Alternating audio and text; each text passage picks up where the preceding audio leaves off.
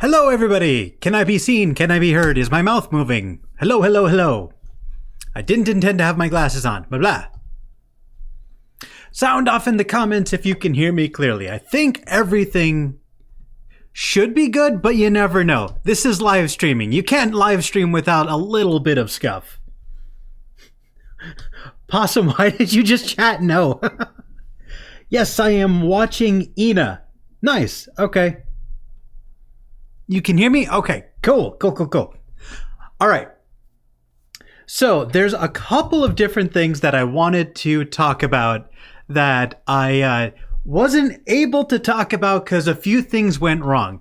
So let's start with the actual news. I know news has probably come out since I made my original video. There's some stuff that I haven't been able to cover because I've been too distracted by some stuff going on my end. So let's start with the news. So Merryweather, there we go. Apparently Merryweather had his channel hacked and someone was live streaming crypto scams onto it. So he was asking Team YouTube for help. And they went ahead and they had a conversation with him. And it does look like his channel is back. There's nobody streaming crypto crap. All of his content appears to be back to normal. I have no idea how he had two-factor authentication on and somebody managed to log into his account and start streaming stuff about Elon Musk and Bitcoin and Ethereum and blah, blah, blah. I have no idea how that happened, but it sucks that it happened and I'm glad he was able to get it back. It looks like Team YouTube was actually useful for once, which is a wild departure from what they usually do, which is nothing. All right. Let's see. Let me take a quick look at chat. Yo, perfect timing just to finish watching Iron Mouse's concert. Oh, nice. Crypto lol. Bro, it's always crypto dorks who are getting into this shit. I swear to God. It's always crypto and NFTs anytime something like scummy or scam related. It's the new thing. This has happened before to Nate Wants to Battle. Oh man, I haven't heard that name in forever. I forgot he was still making content. I used to be a huge fan of his. I don't know why I stopped. But yeah, the channel's getting like hacked into just to shill crap like crypto or NFTs or some other, scam garbage happens way more often than it should. Luckily, it hasn't happened to me, but then again, I'm very, very tiny. How much do you want to bet it was one of Mary's haters? Oh, without a doubt. Pray for Bettle. Hope he can stream tonight. They took over his channel for like 2 days. Oh, they took over Mary's channel or Nate Wants to Battle? I'm not sure which one you're referring to. Battle. What happened to Battle? Like I said, I wasn't able to do a ton of research on VTuber news because I've been struggling with some stuff on my end. Yeah. Let me take a look at his and see what happened to him. What happened to him? Woke up to a bird smashing its face against my widow. Thanks for nothing, Haka. I haven't watched Kyo's latest video, so I have no. If something has happened, I have completely missed it. But regardless, I do want to talk a little bit about why I'm completely behind and why I only have one news story. I'm surprised Pippa hasn't been hacked by one of those, by that one doxer guy. You would think she would be the one hacked, not Mary. You're a brave man openly scrolling Twitter. True. You never know what is on VTuber Twitter. No, I 100% agree with you that Pippa... So, I mentioned this in a previous video, but I don't know if everyone is aware. Pipkin Pippa... So for anyone who is not aware, oh no, wait, I don't think she ever actually posted it. No, I don't think she posted it. Okay. So I don't think she ever actually posted a response to it, but some dude. Oh no, it was VTuber Cringe. VTuber Cringe. I definitely can't search for VTuber on his account publicly. That is dangerous. I can't put in his name. Cringe. People. Wow, that's a lot of. What's his actual name? Oh, Curry Renji. Okay.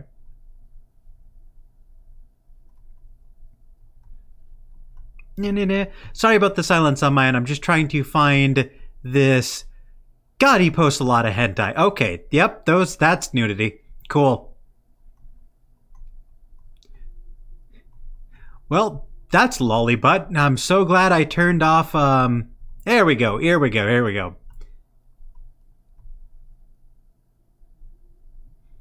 Yeah. So for anyone who is not aware, there's this dude who goes by Casey and also Chase. He's got a Discord server that he uses to basically talk shit about Pipkin Pippa. He's spreading rumors that she's somehow a neo-Nazi sympathizer, that she's, having a relationship with a child groomer and pedo, and just spreading all sorts of absolute slander about Pippa. I made a whole video about it, and I swear to God, my IQ dropped by like 20 points just going through all the garbage that Chase was posting. It was an absolute disaster. Let's see. Battle is having issues trying to stream the last 2 days. His Wi-Fi died. Oh no! Rip Battle. I like him. I think he's hilarious. It sucks that he's having streaming issues. Please, he has like a 35% chance of having NDFW on his main feed. Oh, NSW. Yeah. No, 100%. Curry Renji, VTuber Cringe? Yeah, not a channel that you can openly scroll on Twitter.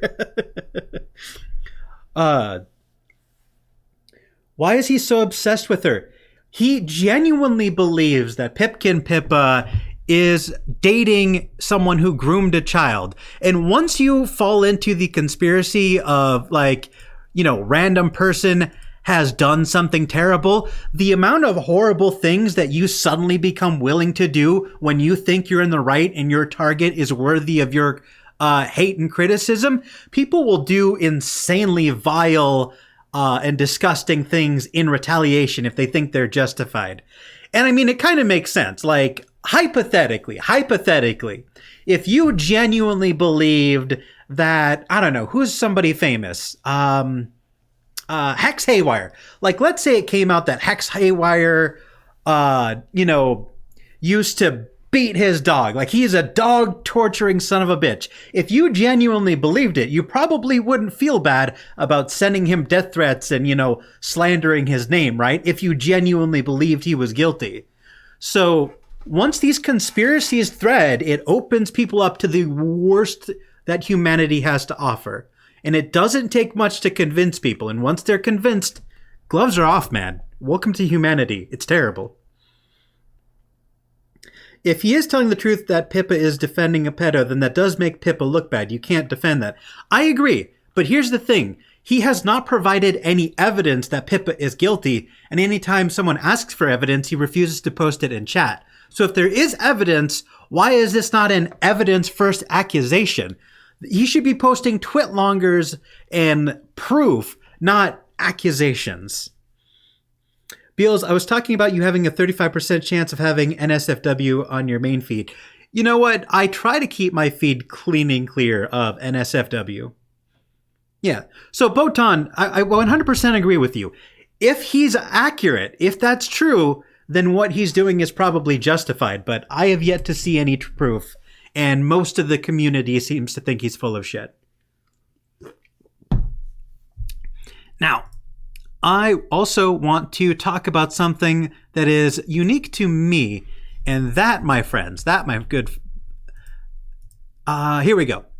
So as you can see here, I have had a channel strike. I don't know if it's technically a strike or just a community guidelines knock.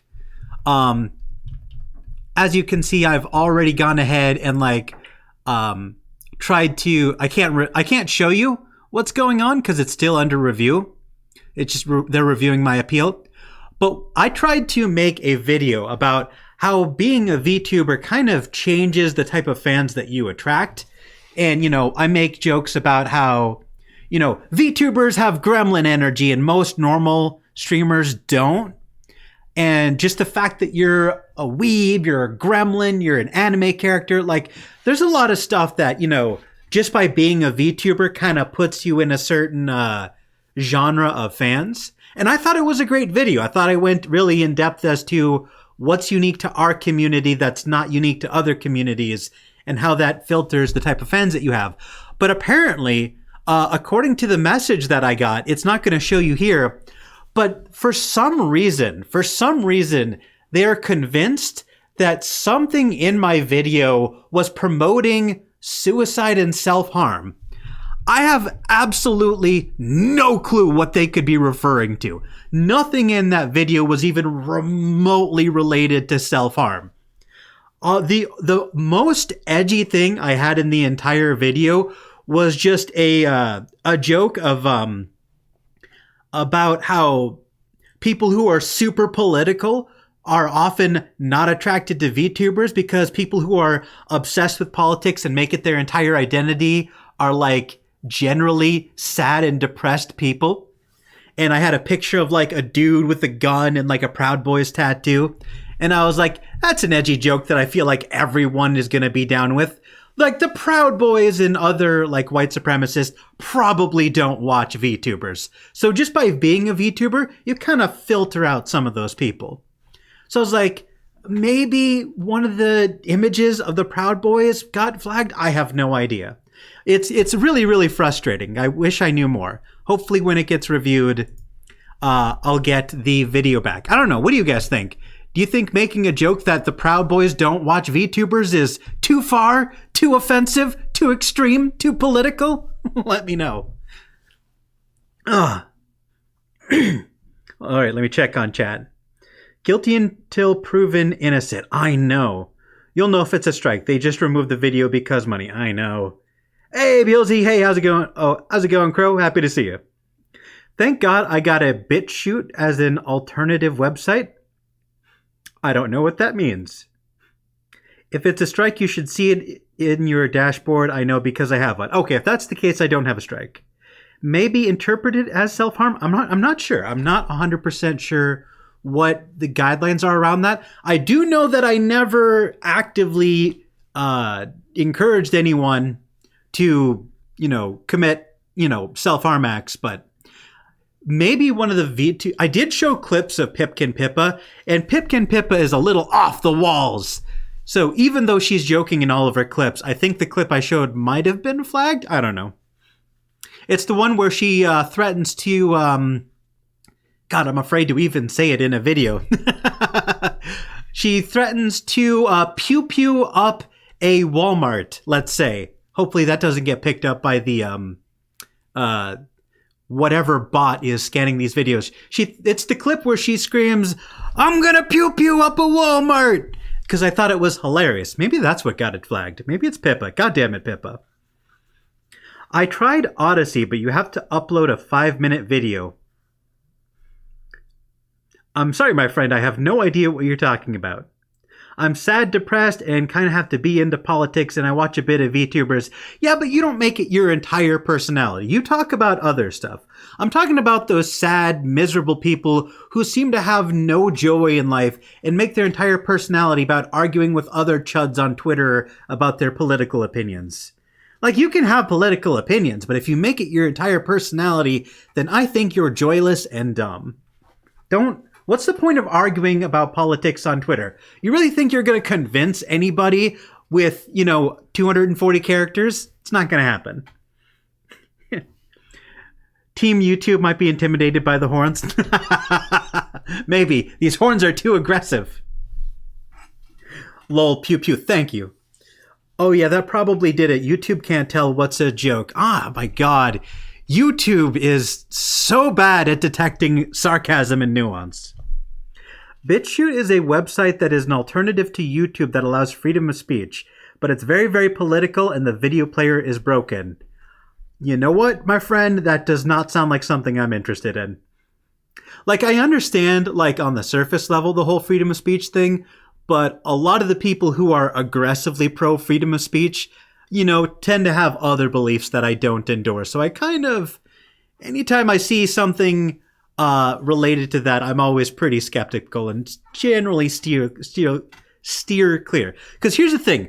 People say things that are 100% rational, but like they say it in a way that's kind of like, I don't want to call it like a dog whistle, but like a little bit of a flag that lets you know they're really talking about something else. You know what I mean? Like, you could say something totally rational that's like code for something a little bit more intense.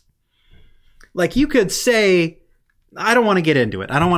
Like, you know, there's red flags when people talk about certain things. So I look out for those and try to avoid them because I don't want to stick my head into a situation that's just going to get me screamed at.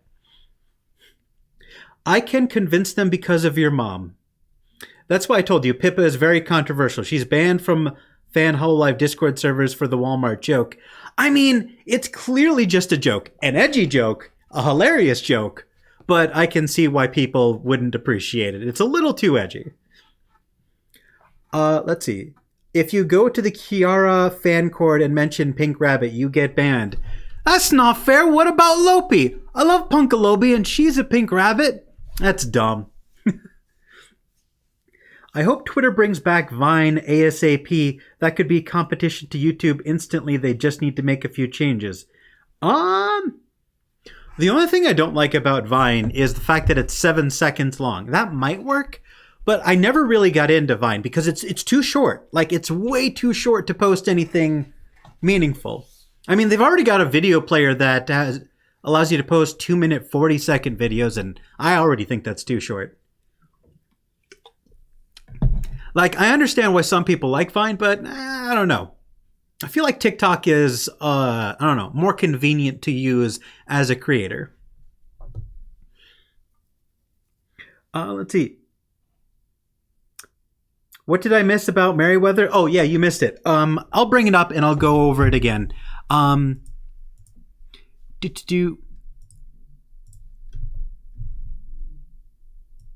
How far back do I need to go? So, since you missed it, I'll go over it again. Basically, Merryweather had his channel hacked. They changed his title, they changed his profile pic, and started streaming videos about Elon Musk talking about Bitcoin and Ethereum, blah, blah, blah. Like, this was his channel after it got hacked and taken over. Now, he contacted Team YouTube, and luckily Team YouTube actually did something for once, and he got his channel back, and the live stream that was playing on his channel to his 237,000 subscribers has been totally scrubbed. Look, you can have whatever opinion you want about Elon Musk. I have my own opinions about that, but to take over someone else's channel and, like, you know, shove Elon Musk and his opinions down the throats of a VTuber fan, that's so scummy in my opinion. Like, even if I did like Elon Musk, like, let's say hypothetically it was somebody I liked, like if I tuned in to like a Punkalopi stream, and instead of seeing Punkalopi, I saw that Merryweather had taken over her channel and was streaming his stuff on her channel, I'd be just as pissed. Like, taking over someone's channel and live streaming your own whatever is just an inherently shitty thing to do.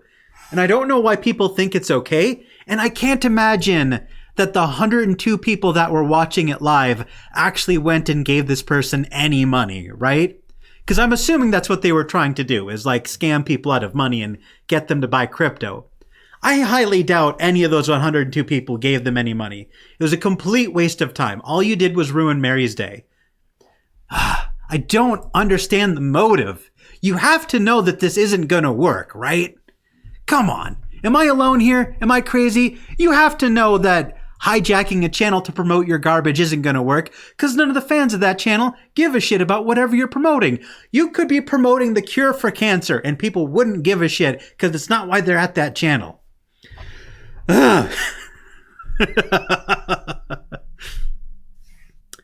That's why I said they need to make changes. Yeah, I think it's potentially revivable. 7 seconds is longer than some people last in bed. Elon is in charge and can't even hire janitors for the headquarters. He ain't bringing back Vine. I don't think so either. Does anybody know what happened? I saw he posted that he was considering stepping down from Twitter. And I think the poll was leaning towards yes, having him step down, but then he didn't. So I don't know where we're headed with that. They usually go for inactive channels. See, now that would actually make a lot of sense. Like if you've got a dead channel, you know, then nobody's going to be checking up on it. Yeah, but like Merry uses his channel like every day or every couple days. You're not going to get one over on Merry. Come on, be smarter. Wait, Team YouTube does things? I know, right? I couldn't believe it either. Oh, I just realized that I don't have any of my things up. Hold on. There we go. Now, I forgot to put up all my things. Here, let me get rid of my logo. My logo is in the way of chat. There we go. Like haven't been used for 5+ years. You know, I feel like if you have a channel that you genuinely haven't used for years and years and years and years, I'm a lot less, I don't care as much if your channel gets hacked because you clearly weren't using it. Like, obviously they still shouldn't do it, but I'd be a lot less upset about it. Elon because of the cat, only knew Elon because of the cat girl meme. I feel the same way, to be honest. There's so many public figures that I only know about like through memes because there's a lot of stuff that I just don't keep up on. You know what I mean? I'm a little out of the loop. Some ways of making views is talking about controversial topics. I will never understand people with that confidence and how they deal with it. Well, I mean, I feel like what you're saying could be interpreted a lot of different ways. So, like I talk about controversial topics and I give my opinion and some people don't like my opinion, but that doesn't ruin my day. If people like don't like my opinion, it doesn't bother me because the people who agree are going to subscribe and the people that don't agree are going to dislike the video and leave. So that's the interesting thing about being controversial is like, no matter how absolutely wackadoo your opinion is, right? No matter how off the wall insane, someone's gonna agree with you. So if you get enough eyes on you, after that shitstorm blows over, you will be left with more fans than when you started. So I do understand personally why people say ridiculous and controversial things. I'll give you a perfect example of exactly what I'm talking about. You wonder why people talk controversial garbage on the internet? There was someone who, I cannot remember for the life of me the name of this creator, but they were like promoting bestiality, right? They were like, I have sex with my dog and that's totally fine. We're part of, zoophiles are part of the LGBT or whatever nonsense, right? I'm pretty sure he was memeing, but people took him seriously. It was a huge controversy. And then they said, oh no, all of this controversy has gotten me a ton of hate. And they doxed me and told my boss and now I'm fired. Can you all please subscribe to my OnlyFans? Please. All of this hate has ruined my life. It's like, really? Really? I'm sure. You just so happen to say the most vile shit on the internet imaginable, then play victim, and then conveniently have an OnlyFans at the ready 2 days later? Really? Yeah, I know, I smell bullshit. You totally did that on purpose. You were just trying to promote your OnlyFans, and you said something controversial to get your name out there. And it worked. It 100% worked. They got crazy numbers on their OnlyFans now. It's ridiculous. So, why do people say horrendous and controversial things on the internet? Attention. It works. It works so well and so often. As much as I hate YouTube, they do provide great technical support when it comes to being hacked. At least I've yet to see someone not be able to get their channel back. I'm happy to hear that. I'm so used to hating YouTube that on the rare occasion they do something useful, I do applaud them. It's because only big channels get hacked. Exactly, 100%. He won't step down. He lost over 200 billion since he took over Twitter and has to desperately get that back. I agree that he probably won't step down as CEO, but he might step down as like the manager. You know what I mean? Like he might not run the day-to-day operations and have someone else run it just because that other person might be less controversial. You know what I'm saying? Like he'll still own it. He'll still reap all of the profits, but probably just not run it. You know what I'm saying? Team YouTube, I consider a bot account. Bruh. Same. Their responses are very robotic. That is so true. It's like Alex Jones. He says stupid crap, but people listen because drama. It's so true. Bro, I personally, I don't know if this even counts as a conspiracy because I feel it's so, I don't know, clearly true. I feel like 80% of the people who watch Alex Jones don't believe a word he says, and they're just there to listen to this madman scream about goblins and turning the frogs gay and what, just like hate watch him because he says wild shit. It's entertainment. I think extremely few of the people who watch him are like genuinely sucked in by what he's peddling. And the people that are genuinely sucked in are the people that buy his supplements and whatever. But I have to imagine at least a good chunk of his fans are just there to like hate watch and be amused by whatever comes out of his mouth. Oh wait, I know who you're talking about, and it was a girl, by the way. I had a feeling. I couldn't remember if it was male or female. They actually got suspended from OnlyFans. What? I have no sympathy for them. I have no sympathy. They spawned a bullshit scandal just to get attention to their OnlyFans, and now they're suspended. You have no sympathy from me whatsoever. You're just saying heinous shit just to get people aggravated for attention. I don't support that. Let me put this logo back up. I put the logo up so that if anyone ever clips my channel and re-uploads it somewhere else, I'll have my logo in the corner so that people will be like, oh, Beals. Let me, type that up. Figure what that is. All right. Ugh. Okay.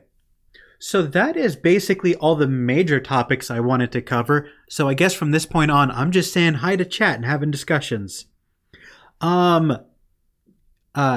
Sheikh Mohammed, hello, how are you? Happy to have you.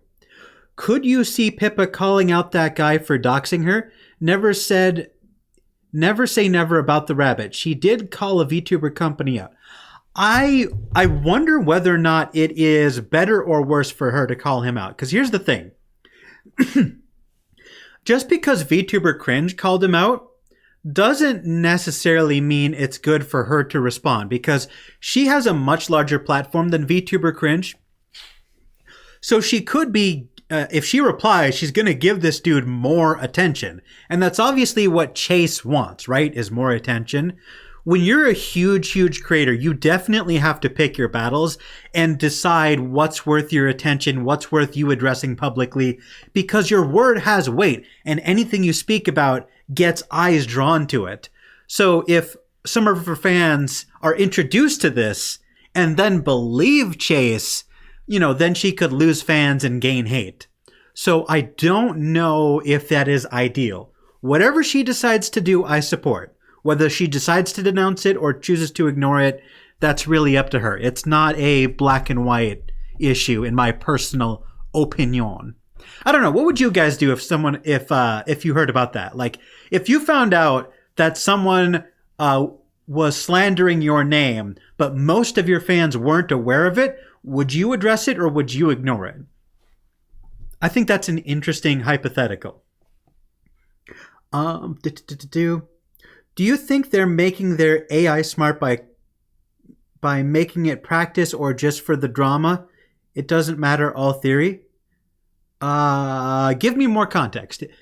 AI is a very broad term. I don't know if you're talking about Chat GPT, AI art. I don't know if you're talking about Neurosama, the AI VTuber. Give me a little bit more context there, Botan. I'll type you up. Oh yeah, and off topic, I was watching Mouse's stream. She was only live for like 5 minutes. Her hype train was already level 25. It goes up to level 25? What? That is wild. I didn't know it got up that high. That's crazy. It's better if her legal team pursues it instead of her, in my opinion. I think that makes sense. I mean, I think it's better to let the... anytime you're being slandered, getting personally offended and personally invested is probably not best for your mental health. It's not always good to, jump headfirst into a bunch of hate and misery. What would you do if you were her? That is a good question. It depends on how serious it is. Like, if it was something that I could easily disprove and then mock and denounce and make, then I might address it. If it's something a little bit more serious, like if I was accused of, I don't know. It depends on what they're saying, to be honest. If I could easily debunk it and mock the whole situation, I would. But if it was a little bit more serious, I would definitely probably try to ignore it. Because I don't... Because think of, like... I'm trying to think. It also matters a lot who's saying it. Like, is this an account with like 200 followers? No, I probably am not going to give them any attention. They've got 200 followers. I don't really give a shit if 200 people think I'm an asshole, right? If they've got 200,000 followers, guess what? I've only got 3,000. I don't want more people to hate me than to have fans. You know what I'm saying? Like, if a 200,000 follower account said something, I probably would have to address it. Just because I'm probably going to get more hate than support at that point. The ratio is off. Because I don't think, like, I'm a very small channel. I have 3,000 subscribers. I can't afford to have my reputation destroyed by a big account. You know what I'm saying? YouTube. Oh, you're talking about YouTube. Oh, the YouTube AI, like making it practice taking down videos? I have no idea. Oh yeah, Twitch uncapped the hype train a while back. Damn, interesting. How to protect your reputation versus how to harm it. I mean, it's one of those things that's like, I feel like that's, when you're being slandered, there's a lot of choices to make and a lot of them are bad and everybody handles it differently and very few people handle it correctly. It's such a nuanced thing, in my opinion. There's so many ways to fuck up when people are slandering your name. In my opinion, if it's the people who have survived the hate mob the best are people like Nuxtaku, right? Nuxtaku addresses things very quickly. When it's something that's stupid, he laughs it off and doesn't worry about it. When it's something serious, he addresses it seriously and he brings facts. He brings screenshots. He brings evidence, right? He doesn't get emotional. He brings the facts. So I feel like that's the best way to handle it, is just use Nux as an example. Because even if you hate Nuxtaku, right? Even if you despise him, you have to admit, people hate the guy, but he's still around. But then you've got people like Pro Jared. I feel like Pro Jared waited way too long to address it. He addressed it with receipts. He addressed it with evidence. But by the time he addressed it, everybody had already left. His channel has recovered a little bit, but it's never going to be the same as it was because he waited way too long. If it's serious, if you are bleeding subscribers, everyone hates you, you got to address it quickly. Can we take a second to address how the Joker Hollowstars EN is playing the character well by not being able to stream? Oh, you mean the jester? Yeah. That does feel pretty on brand. That does feel pretty on brand. I feel bad for Battle. I feel bad for Battle. Like, I know he's a jester and Scuff is probably part of the brand, but I still feel bad that he can't stream. That sucks. Like, if Billy Bob called you out, you wouldn't care. But if someone like Critical or Mudahar, yeah, oh my god, that would ruin me. If Moist Critical, okay, I don't think it's controversial to say that Moist Critical is, I think he's really, really cool. I like his personality. I like his content. I don't want to call him like a hero or anything. It's not that serious. But if he went out and made a public statement against me, I'd be fucking crushed, dude. That's not something I could recover from. That would fuck me up for life, man. Like, someone that I actually respect talking shit against me. I don't know if I would probably just leave. Like if False ID or Flamenco or, you know, one of those guys, Rev Says Desu, Hero Hey, like if one of those drama channels came out and talked shit, like whatever, right? They're drama channels, they're stirring up drama. I could get over that. If I even thought for a second that like someone I genuinely respected hated me, I would probably just leave, regardless of whether I could defend myself. Like, oh my God, that is, no, I couldn't recover from that emotionally. No. Like, for example, one of my favorite VTubers, if not my absolute favorite VTubers, is Courage Ollie, right? If she even looked at me funny and thought I was weird, I would probably just end it all. Just, I couldn't handle it. Oh no. Ugh. I know it's just a hypothetical, but I'm like actually stressed over it. I know it's dumb to get stressed over a hypothetical, but man. Ugh. All right. But yeah, no. Yeah, if Billy Bob calls me out, I don't give a shit. I don't care if random fuckos call me out. They can do whatever. Bettel said he can't stream tonight. He's gonna break his PC live on Twitter.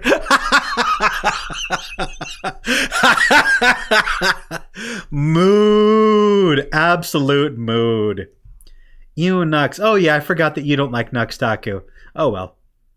I'm not gonna debate whether or not, you know, Nux is good or bad. You can like him or you cannot like him. Pewds immediately comes to mind. I feel like PewDiePie is one of those people that's going to be genuinely hard to take down because he's got a long history on this platform. He's got a shit ton of fans. He's got a shit ton of support. I mean, he might do things that people despise, right? But he's not going to go anywhere. He's too big to like actually take down. Like, unless he's out there like shooting puppies or whatever, I don't think you're going to take Pewds down. All right, I got to bounce. See you, Beals. Later, Possum. Dream addressed some people quickly and handled it well. Dream, I have mixed feelings about. Like, on the one hand, I sympathize with Dream because he blew up so fast and his community got so out of hand. And there are some things he handles well and some things he doesn't handle as well as he could. And I don't necessarily like Dream. I mean, I don't follow him. I don't watch his content. I don't know much about him. So I don't want to say anything pro Dream because I'm not in his community. But I do feel empathy for what he's had to go through. Like when he did his face reveal and everybody shit on him for being ugly, even though he's got an average looking face, I felt bad for him. I don't know. Maybe the hate against him is valid. I don't know because I don't pay super close attention to it, but I feel bad for him. Whoa, I didn't know you hated flamenco. I don't want to say I hate flamenco. Okay, hold on. Don't take my words out of context. None of the people I mentioned I hate. Like I don't hate flamenco. I don't hate false. I don't hate Rev Says Desu. I don't hate Hero Hey. They are individuals who have done things that I like and have done things that I don't like. Okay? Let's not spread rumors that I'm out here talking shit about all these other drama channels. I don't want to start beef with these people. I think False makes genuinely good content, but I don't like the fact that he called out Kyo and tried to bash his name when it comes to flamenco. I understand why people like him. I genuinely don't like the fact that he says things like retard and autistic and, you know, he says a lot of, you know, gamer terms very flippantly, and I don't respect that about him. And I also don't like the fact that he restreamed an Iron Mouse stream while she was still live, like he was reacting to it live, and she even called him out on it, and he refused to stop up until her chat bullied him. That was pretty disrespectful. Hirohei I don't have any beef with. I don't think he said anything that I genuinely hate. And Rev, my issue with Rev, I don't actually disagree with any of his hot takes. I just don't like the fact that he is so obsessed with defending Lolicon. I think that's kind of sus. And I don't like the fact that his content seems to be entirely centered around finding bad takes on Twitter and just making fun of them. Because, like, sometimes these accounts are huge, but a lot of times these are random, Billy Bobs with, like, 10 followers, and he just plucks them out of the ether to publicly make fun of him to his massive audience. It's like, I don't know. I don't think he's necessarily wrong. I just don't like that he makes his living off of mockery. You know what I'm saying? It's not what I would do. But at the same time, I can't really judge him. You know what I'm saying? Because I can't pretend that I've never done the same thing, right? I'd be a massive hypocrite if I was like, you bashed a bad take on Twitter. I've done the same thing. I can't, slander the man for doing something that I've done. I just don't like how often he does it. And I think it makes his content less interesting and lower effort than some of the other people that I see in the same space making the same content. But I don't hate him. I don't hate any of these people. I don't have beef with them. I just don't like them as much as other people. Kind of like Flamenco. I mean, you can like him, you can dislike him. That's all personal opinion. Who's more toxic, Narukami, Flamenco, or False? I don't know who Narukami is. That sounds extremely familiar. I've heard that name before, but it's just not coming to me. I think Flamenco is probably more consistently toxic. Because False will say things that are very, very critical of other people. But aside from that, his content is pretty neutral. He's typically very objective.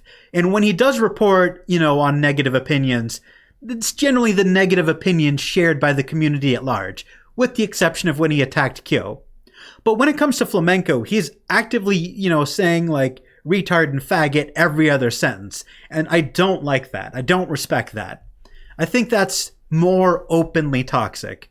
I don't think it's cancel worthy. I mean, I can't pretend that I've never used gamer words in anger before. Like, I don't want to be like, I fully reject him saying these words, and then someone find a tweet from like 10 years ago of me saying the same thing. Like, I've changed as a person in the past few years, but you know how the internet is. Someone's going to pluck a tweet out of the ether and be like, hypocrite, hypocrite, hypocrite. I've changed as a person. I grew. And now I don't like other people that do the stuff that I used to do. Personal growth. Personal growth. Who is Flamenco? Oh, I'd be happy to show you Flamenco TV. I see people are saying flamingo. It's Flamenco TV. So Flamenco TV, he does a lot of like VTuber news and also a little bit of just like entertainment news in general. Like he'll talk about Ruscio. Did I say Ruscio? Wow. Rusia. He'll talk about, the VShojo debate. He'll talk about, but then other times he'll talk about just like other creators. Like I don't recognize half of these faces, right? Oh, Ethan Klein, right? He does relatively, these are just his videos, but he does mostly live streams, right? He live streams every couple of days, and he's always talking like, Taylor Lorenz, Niji Sanji, Shoe on Head, etc., etc. Even though I don't like the language he uses, not only do I not like the language he uses, I also just find it a pain in the ass to stay on top of his content, because he makes live streams that are like 3 or 4 or 5 hours long, right? His video on Medicare versus Fuentes, that was an 8-hour stream.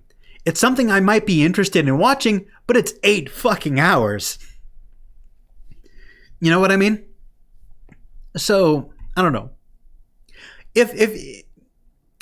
if you are interested in his type of content, more power to you. You're free to do whatever you want.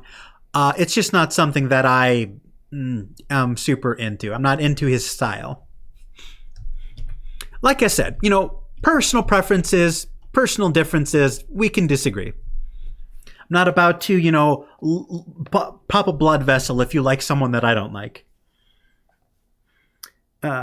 Oh yeah, he's the type that would probably say the N-word. Oh yeah, oh for sure.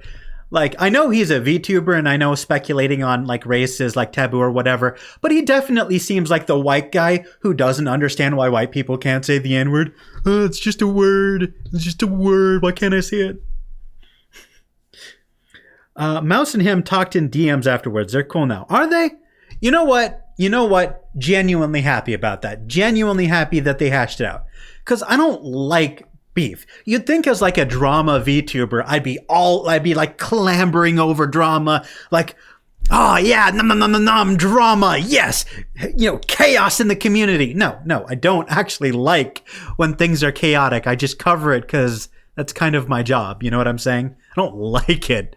I've you know what I mean? I'm not here. I don't stand, chaos and hate in the community. I'm glad I hope they made up, and I hope there's no resentment. I don't want hatred in this community. I mean, Twitter is often a goldmine for content. It is. Like, that's why I can't really be like angry with Rev, right? Because he's definitely exploiting a very easy source of content. Bad takes on Twitter? I mean, come on. That's an infinite goldmine of content, You can make a career off of just bashing bad takes on Twitter. And he has. So, I mean, I can't disrespect him for doing, I can't really disrespect him for doing that. Like, it's easy work. It's an infinite well of content. Narukami is the Japanese Keemstar of VTubing. Oh yeah! I think I know who you're talking about now. He got banned for doxing a Hololive talent by giving their address once. What the fuck? He's the one Rushio went... Oh, I know who you're talking about! That son of a bitch! Yeah! Oh, fuck that guy. I fucking hate that guy. I know exactly who you're talking about. Ugh! You know what? I retract my previous statement of saying flamenco's the most toxic. Fuck that guy. Ugh. Narukame and Kore have done so much damage to the JP VTuber community just by... I hate that. I'm not gonna sit here and moralize and pretend that every video I've ever made is perfect and that I've never said something out of line, right? I'm not an angel. But the way their words and actions have impacted our community is so overwhelmingly negative, I can't help but just seethe when I hear their names. It's exhausting. This is why I try to avoid drama content as much as possible, unless it's something genuinely serious, because I feel like when your job becomes drama, you seek more drama, you seek to spread drama, and you seek to instigate drama. That becomes your lifeblood, and I think it is inherently detrimental to your mental state. You know what I mean? I think it changes you as a person. Once you get to the point where you want drama, you're fucked. Like, I'm not saying everyone who does drama is an inherently horrible person. I'm just saying you're a lot more likely to get fucked up a little bit because of it. It pulls you in. It's almost like an addiction. Like, once you get in over your head, it's hard to pull back and recognize that what you're doing isn't as good as it could be. I am going to... There we go. Always show messages. There we go.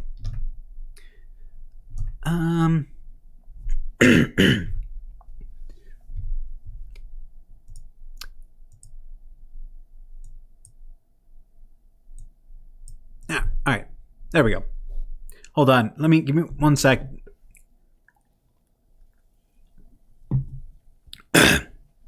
I needed a drink. I didn't realize how much I've been talking for nonstop.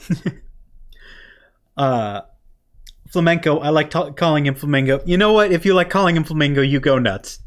Don't like beef? How about chicken? I love chicken. I have a 3-pound bag of chicken in my freezer right now. I fucking love chicken. Chicken is the ultimate food.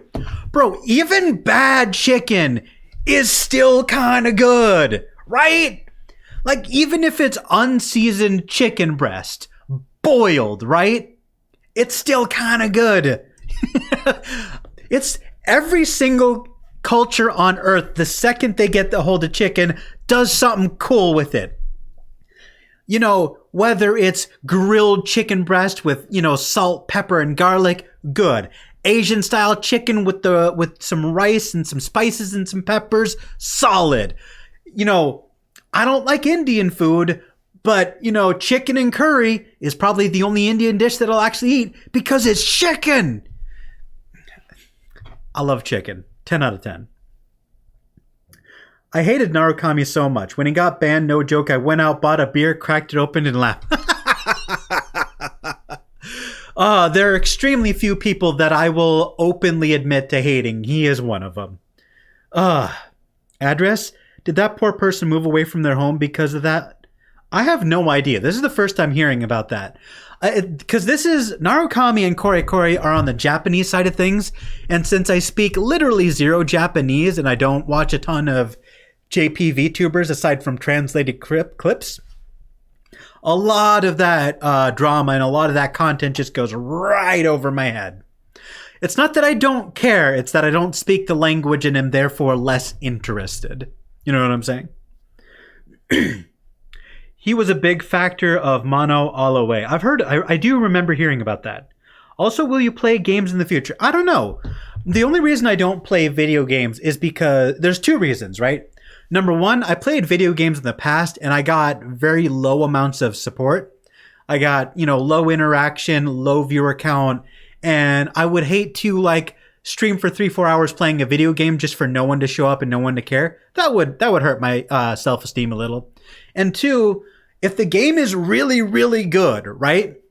Like if I'm playing the like Sekiro, right? And I'm into it. I'm a samurai. I'm killing, you know, I'm swinging my katana, right?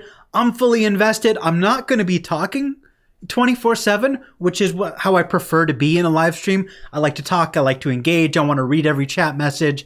I want to be present for chat. And when you're playing a video game, you can't do that as much. You kind of have to focus on the game. And so that makes me paranoid that I'm not being as entertaining as I could be. And once I start getting paranoid, and once I start getting anxious, you know, then I lose confidence. If I did it and I got some and it went well a few times, I would probably do it more often. But aside from those two qualms, I'm not against it. If people were into it, if people would support it, if people would show up, if people would be there cheering me on, hell yeah, I would absolutely do it. So I know this is a long-winded answer to a very simple question, so let me summarize here. I have no plans to do gaming streams, but I absolutely will if there's support for it. I hope that answers your question. Why hasn't Hololive gone after Narukame? I would love to see him suit into oblivion. Well, it's funny you mentioned that. You've probably even heard of this already, but Hololive and Niji Sanji, or more accurately, Cover in Any Color specifically, have teamed up to create a team that is cracking down on slander and harassment of their livers. They have not specified that they're going after Narukame or Kore Kore or anything like that, but they could. They are developing the resources to do something like that. So I suspect if Cover in Any Color do team up and make an effective legal team, and then Narukami or Kore Kore step out of line again, I do genuinely expect there to be consequences. Because so far they've only gone after a small handful of people on the JP side that were slandering talents and press charges against them. But there's absolutely nothing stopping them from going after these YouTube channels. I mean, laws are a little different in Japan. It's a lot easier to sue over slander in Japan. So I'm not I'm not Nostradamus. I can't see the future, but I suspect it might happen. I suspect. Let's see. All right, gotta go. Battle is raging. Oh dear. All right, have fun. Could they, though, if memory serves, didn't Rusia get them, if I remember correctly? I don't know. I think that's up in the air. There's definitely potential there, but I'm not aware of them actually doing something, nor do I have any evidence that they plan on doing anything in the future. If you have any evidence to the contrary, feel free to at me on Twitter or DM me or whatever. I'd love to cover that. Like, if Narukami actually got sued, I'd love to cover it. I'd love to report on his downfall. All right, man, my voice is giving out. Let's see. I play Genshin Impact, and because of their success since its release, made some people famous in that community. One of them is called Enviosity in Twitch, and he is getting his VTuber model soon. Cool, I'm happy for him. I hope he enjoys being a VTuber. You know, I don't think this is a hot take at all. At least I hope not.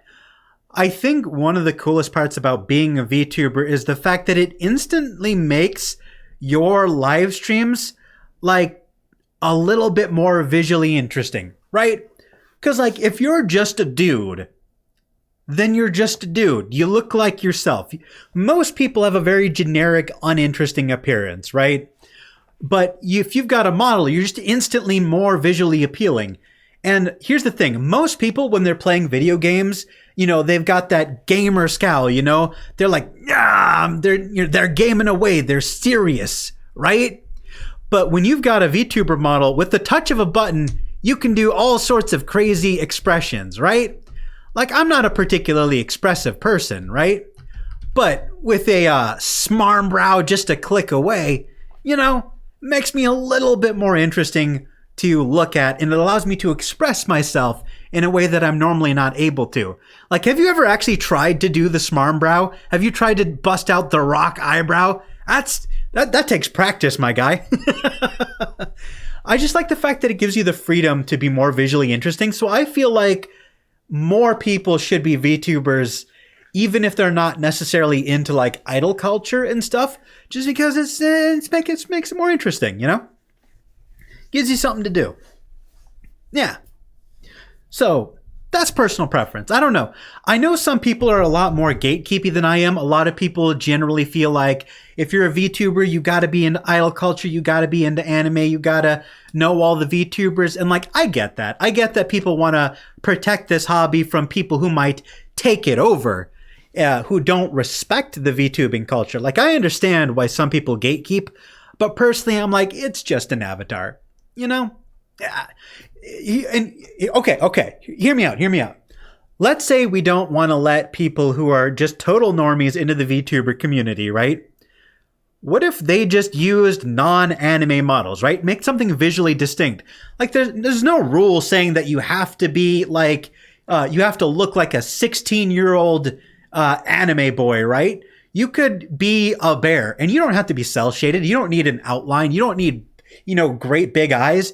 You could be just like a CGI bear. You know what I'm saying? Just use an avatar for the sake of using an avatar just because it's fun. I honestly think more VTubers should, and I'm aware that I'm saying this as someone who has a model that looks like a 16-year-old Ikemen.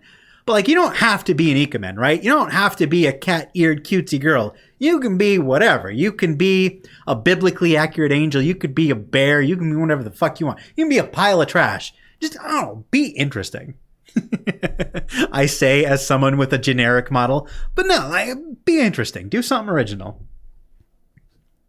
I would rather stream as a VTuber if I don't want to show my face. You know what? On top of that, right? Like, I don't want to say I'm insecure about my face, but I still don't want my face getting out there. Because here's the thing. There is so many levels to it, right? Like, if your place is a mess, I'm a VTuber. Doesn't matter. Do I look like a slob sometimes? Like, I don't right now, but like sometimes I got like barbecue stains on my shirt or whatever. I wouldn't want to stream if I had a stain on my shirt, but if I'm a VTuber, doesn't matter. Or hell, maybe I'm just I don't want my face getting out there because I don't want people who know me in person to know that I'm a VTuber. Not everybody in my life needs to know about this hobby because not everybody in my life is going to care. And I don't need, like, you know, my buddies seeing me and then commenting, oh, hey, real first name and last name. I didn't know you did this.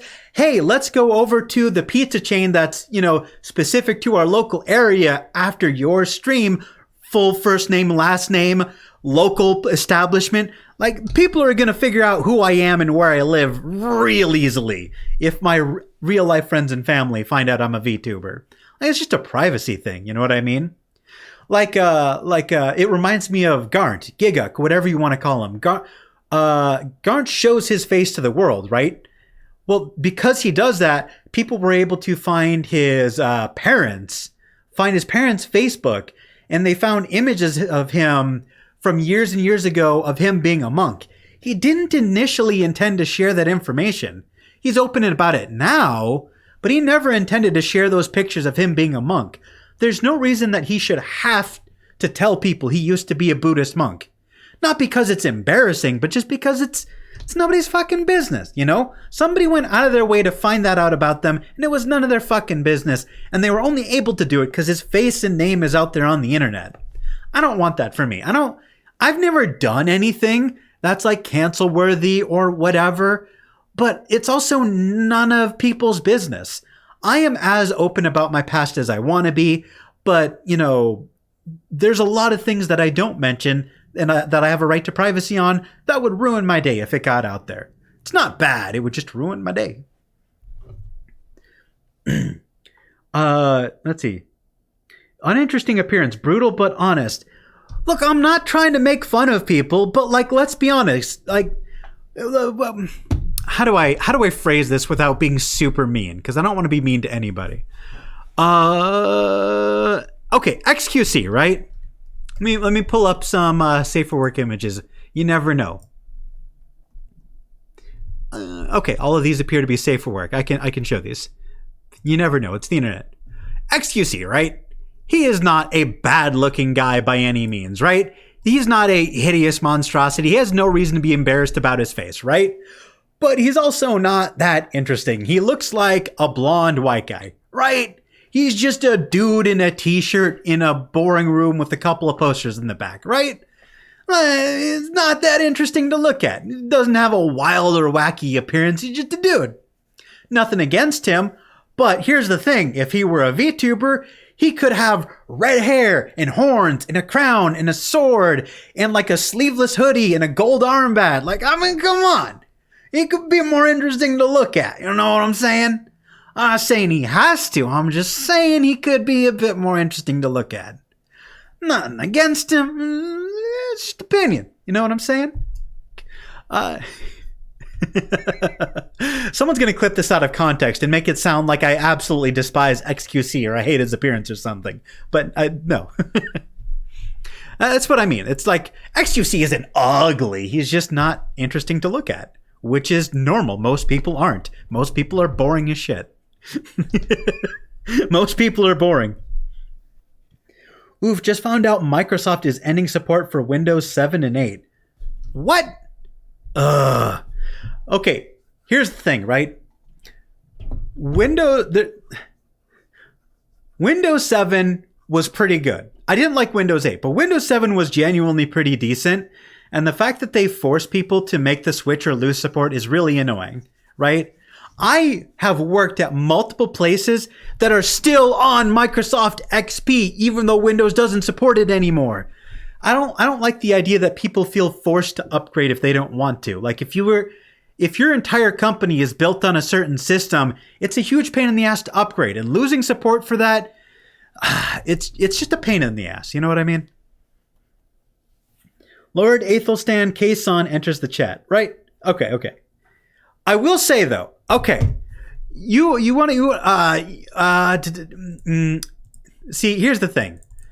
Let me pull up a video. This Lord Athelstan Nerf.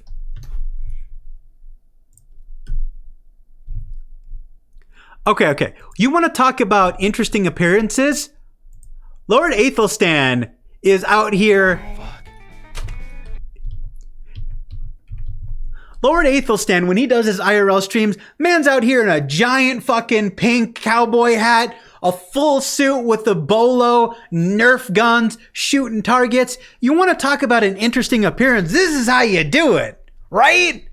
Like, if you want to stand out and be visually interesting, this is what you ought to do. Like, how hard is it to, like, put on a funny hat and bust out some Nerf guns in a Wild West background? You know what I mean? Be interesting. Like, when you're scrolling through Twitch, there's so many just bland, neutral faces, uninteresting appearance, uninteresting background, not doing anything, just playing games. No, Lord Athelstan out here being interesting. When you see this live on Twitch, it immediately catches your eye, and you're like, what's this dude in this giant fucking pink cowboy hat up to? I want to watch him. So, no, Lord Athelstan, totally exempt from this criticism. Right? He's putting in effort, and that's what I care about. Put in effort. I don't think that's controversial at all. I don't think it's controversial to say, put in some effort, you know? Battle just trolled the hell out of chat. He pre-recorded a video of his PC freezing and then appeared laughing. Personally, FXQC, he's the one who started the abusing of the VTuber tag on... Look, I know people are going to call me out for being like, I don't know, like sensitive or whatever, but it genuinely annoys me when people use the VTuber tag for clout because, like, sure, it's just a Twitch tag. It shouldn't matter, but it does. Because here's the thing. When you search for VTubers and it's peppered by all these IRL streamers, guess what? Nobody's going to click on your IRL stream because they're looking for VTubers, but you're pushing all of those legit VTubers farther down in the search rankings. And people are only going to scroll so far before they give up or, you know, pick a selection, right? So by you peppering the VTuber search with all these IRL streams, you're actively harming smaller VTuber channels. People are only going to scroll for so long and you're fucking them over. And that's what annoys me. It's not that like, oh my God, my precious tag. It's like, no, you're hurting the community. And that's what's it's not that I'm like, oh, you know, we should all send death threats to XQC. I'm just saying it's exhausting. It's exasperating. Clippers be like, XQC, you say, go on.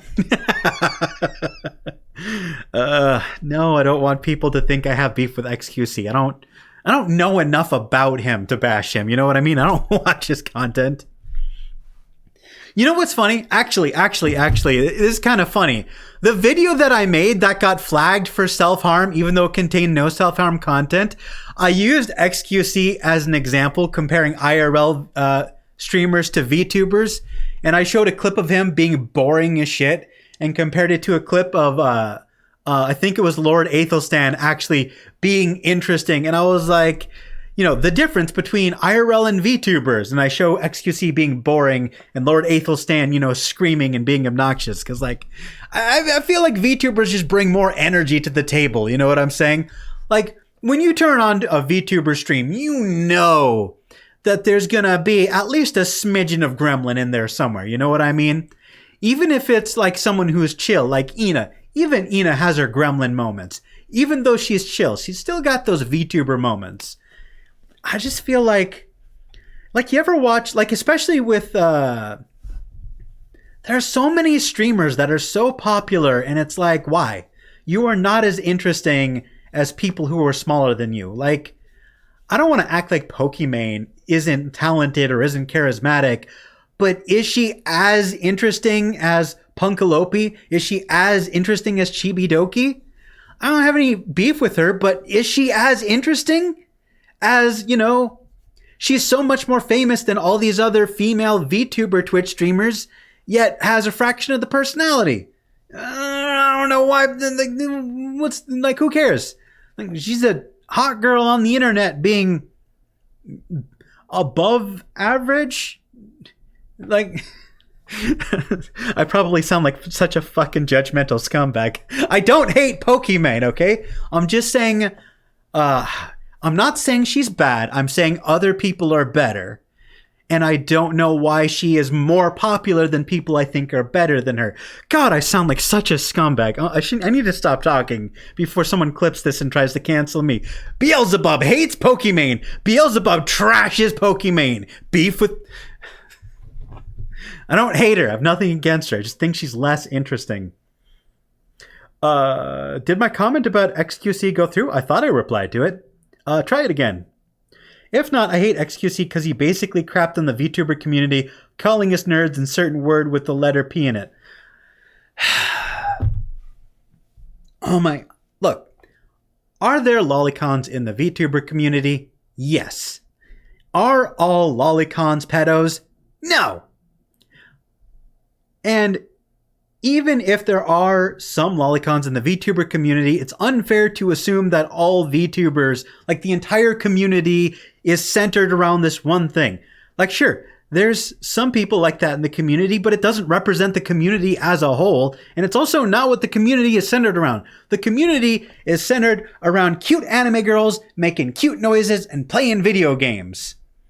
And a handful of the VTuber fans care about the male VTubers too. It's so frustrating when a community as a whole gets trashed for what a minority of the creators are actually engaging in, right? Like, it's frustrating. I don't know. Like, people say the same thing about anime fans, right? Like, all anime fans are perverts. And it's like, well, no, some of them are, but some of them just like kick-ass anime. Not every anime fan is obsessed with jiggling anime titties. Some of us watch anime for, the plot and the action and the gorgeous animation. Like, it's not all, low budget tits, right? But that's what anime is known for. It's known for the anime titties and the fan service and the incest and the lollies. But like, there's so much more to it. If you would just make the bare bones attempt to look past the surface. I mean, come on. Not every anime is kiss sis. Some of it is good. A lot of it is bad. A lot of it is good. Don't judge the whole medium because of a few things you don't like. Ugh. It's people who act like, an entire community is represented by, the worst of the community. That is what initially made me hesitant to start doing D&D. Like, I always thought that, like, D&D was, like, the turbo nerd loser shit to do, right? Like, all people who do D&D are fucking nerds. They're losers, playing make-believe in their heads. And then I actually play D&D, and I fucking love it. Now I'm a dungeon master. Like, if you peel back just, like, a single layer on a hobby, you find out why people like it. Hell, even roleplay ASMR, right? Not something I give a shit about, but I peeled back like a single layer on like a single content creator, right? Like, I looked into Vox Akuma, and like the first stream I found, I was like, oh, holy shit, I can see why people enjoy this. Might not be for me, but I get it. And all these preconceived notions of like, of what I thought ASMR was immediately evaporated because I did the bare minimum of looking into it before making a judgment. Why can't more people just do the bare minimum? I mean, goddamn it. If not, I hate XQC because he basically crapped on the Oh, I already read that. Never mind. Yeah, I read that. So in the end, it all kind of comes back to full circle. Yeah, it's funny how that happens. Funny you bring up Pokey because I don't exactly like her either. I don't know enough about Pokimane to have a strong opinion one way or the other because I don't watch her content. I sort of just know about her from pop culture osmosis. If you got something you want to say, feel free. I have no strong opinions either way. Like, I don't know why people have strong opinions about Pokey because from the clips that I've seen, she doesn't really seem to be doing much. Like, she'll be doing Among Us streams and she's the least interesting person in the entire collab. Like, I don't know why she's... I'm not saying she doesn't deserve success. I don't know. I just don't understand why she has as much as she has.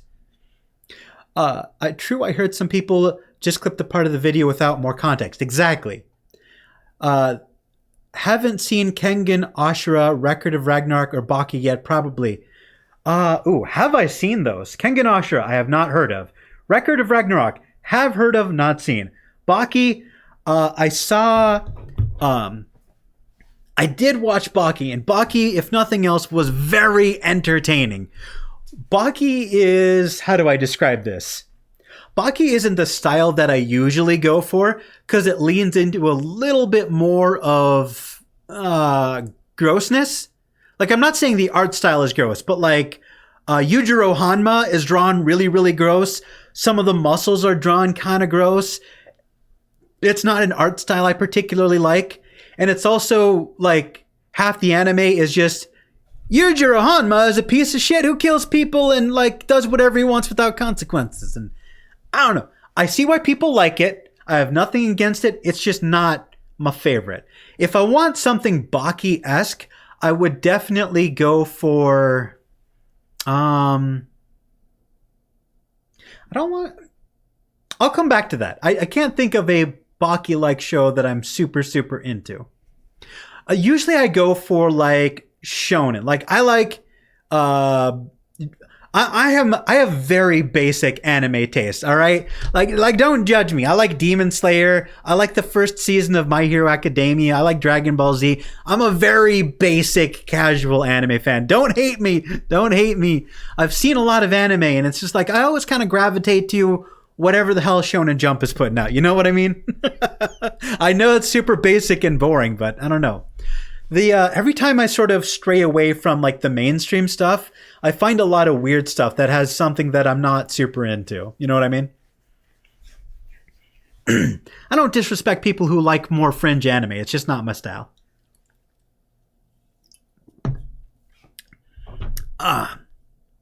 Not even saying that Baki is fringe, by the way. I'm just saying like I'm super basic. What else? People crap on me for liking Nagatoro, calling it P-word bait.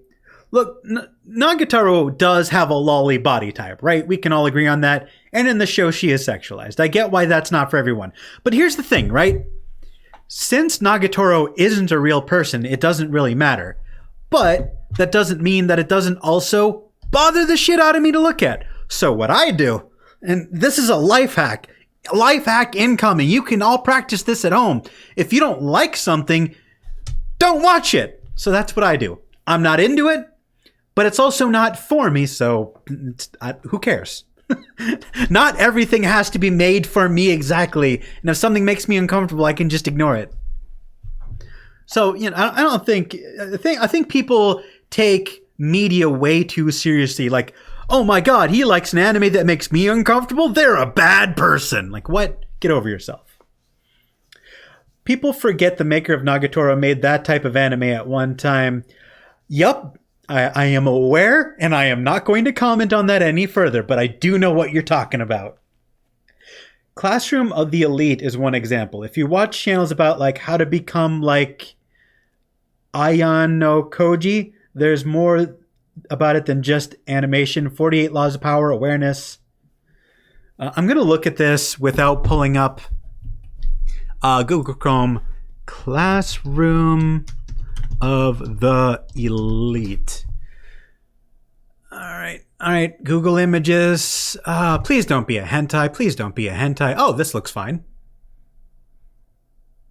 Oh yeah, I can show this on screen. Let me actually look at a synopsis real quick. If I'm silent, I'm just reading and also resting my voice, so I'm losing my voice. I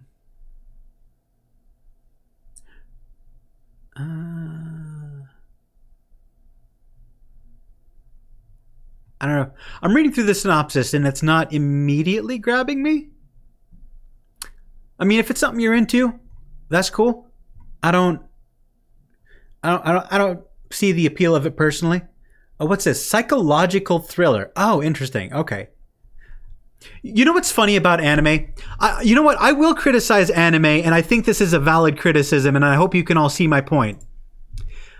Classroom of the Elite is described as a psychological thriller. Does this look like a psychological thriller to you? Be 100%. Be 100% honest with me. Does this look like a psychological thriller? Looks like the most generic shit I've ever seen in my life. I'm not saying it is generic. I'm just saying, what about high school students in school uniforms jumps out at you as like psychological thriller? I feel like I'm being trolled. I feel like I'm missing something. I probably am being trolled, whatever. But I have no idea. I'm probably going to get flamed in chat for not picking up on whatever the meme surrounding Classroom of the Elite is. Like I said, my anime taste is very basic. I'm a Demon Slayer type of guy. Let's see. Someone says anime is all fan service, so I show them Golden Kamui. I feel like I've heard of that. God damn it. Another thing I have to Google. I know I've heard that name before. This is the problem with being a casual anime fan, is like I've heard of everything, but I don't know the details. I don't get all the references. Golden Kamui. Is this something I can show on stream? Oh, yeah, okay, yeah, I can show this. Yeah. I mean, let me pick an image, right? Let me actually hide my avatar for just a hot second. This dude with the bow, these are vibes right here. I don't know if this is male or female. It's anime. You never know. The dude with the bow, those are my vibes. What else do we've got?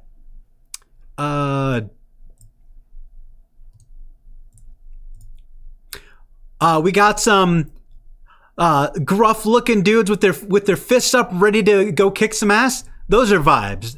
Those look like vibes that I'm all for. I don't know. Looks kind of interesting. Let me take a look at it. Yeah, let me bring my avatar back. Boop.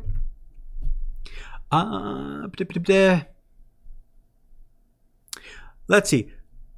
A veteran of the early 20th century Russo-Japanese War in his quest to find a huge fortune of gold, helped by a young Ainu girl named Asirpa. The Ainu language in the story is supervised by so-and-so. Blah, blah, blah, blah, blah. That seems kind of cool. I'd be down for that. I know nothing about the Russo-Japanese War, but I'm not against learning. What is this? Historical adventure Japanese Western. Hell yeah. Seinen too? Yeah, I'm down with that. This seems like a vibe. I'm all for this. Hell yeah.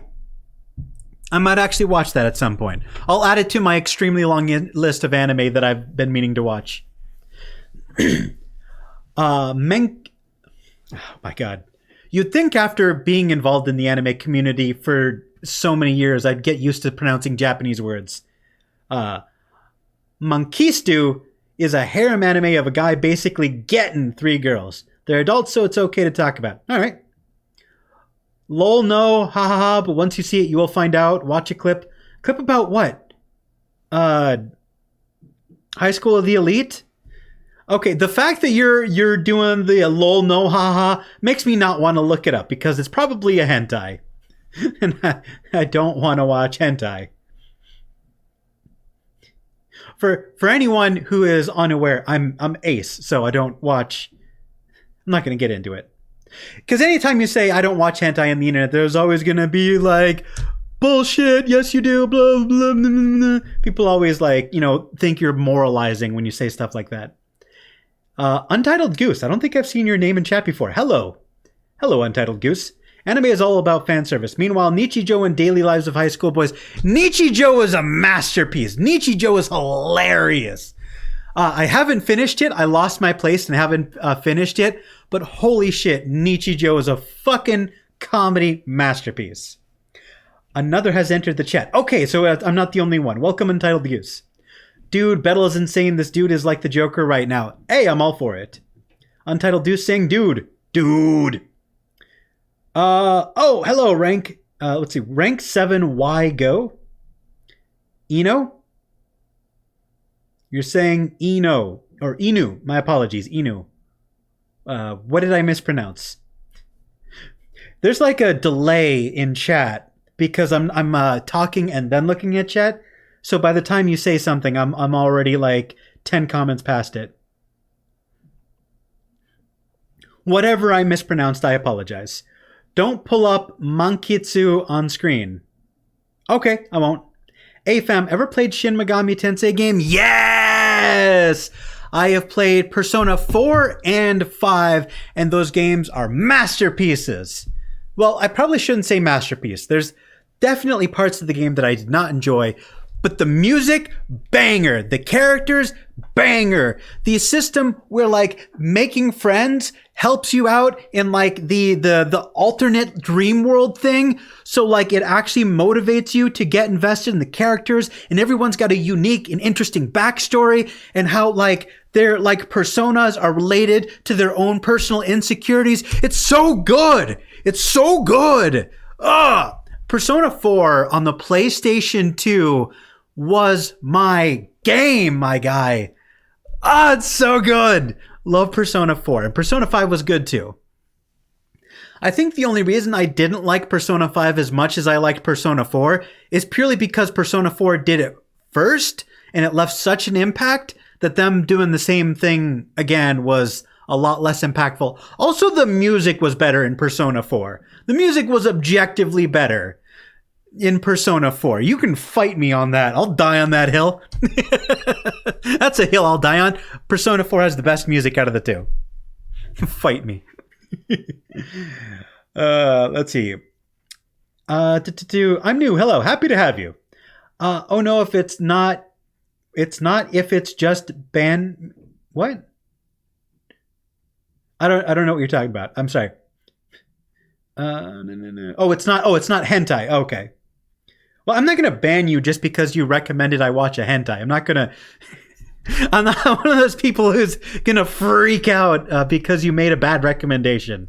The only time I will actually ban you is if you like, if you're like, hey, check this out, and then it's like IRL gore. That's probably the only thing that's going to get you banned, is if you like, you recommend IRL gore. That's bullshit. Don't post snuff. Bro, have you watched Bocchi the Rock? I've said this like 5 times on stream, and I'm going to say it a 6th time. I've heard that name before. I know I have. The Rock. I'm waiting for it to come up. I know I've heard this name before. Isn't that like a music anime? Pink-haired anime girl? I know I've heard the name Bocchi. Yeah. Okay, this is safe to show on stream.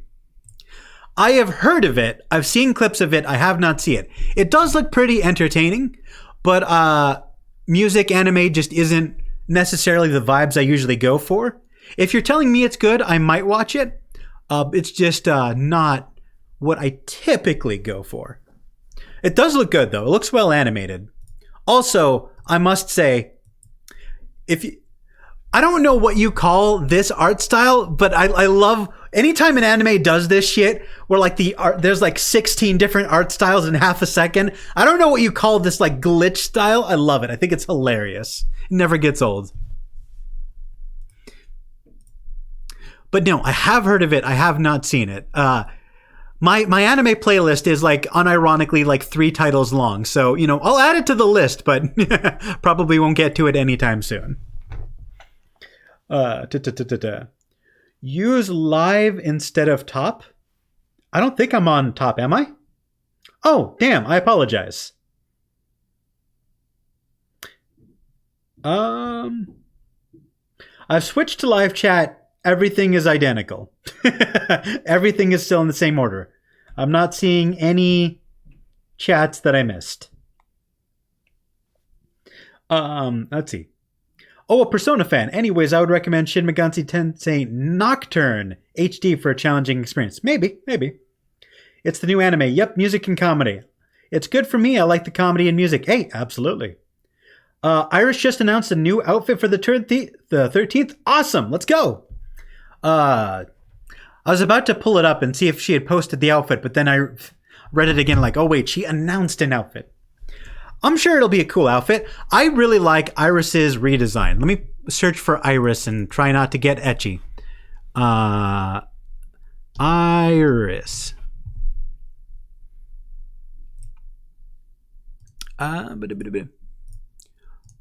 Iris's redesign, it looks so good. Like, here's the thing. Her old model didn't look bad. Like, it was clearly very well made, but it looked a little bit off. Like, the face was a little too wide. The eyes were a little too wide. Like, it wasn't bad, but it was just a little bit off. So when they brought her design a little bit more in line with their typical style, I think it's a huge improvement. Like, it still fits within the same theme. It's still the same aesthetic, but like the face narrowed, the eyes narrowed, everything's a little bit more crisp and clean.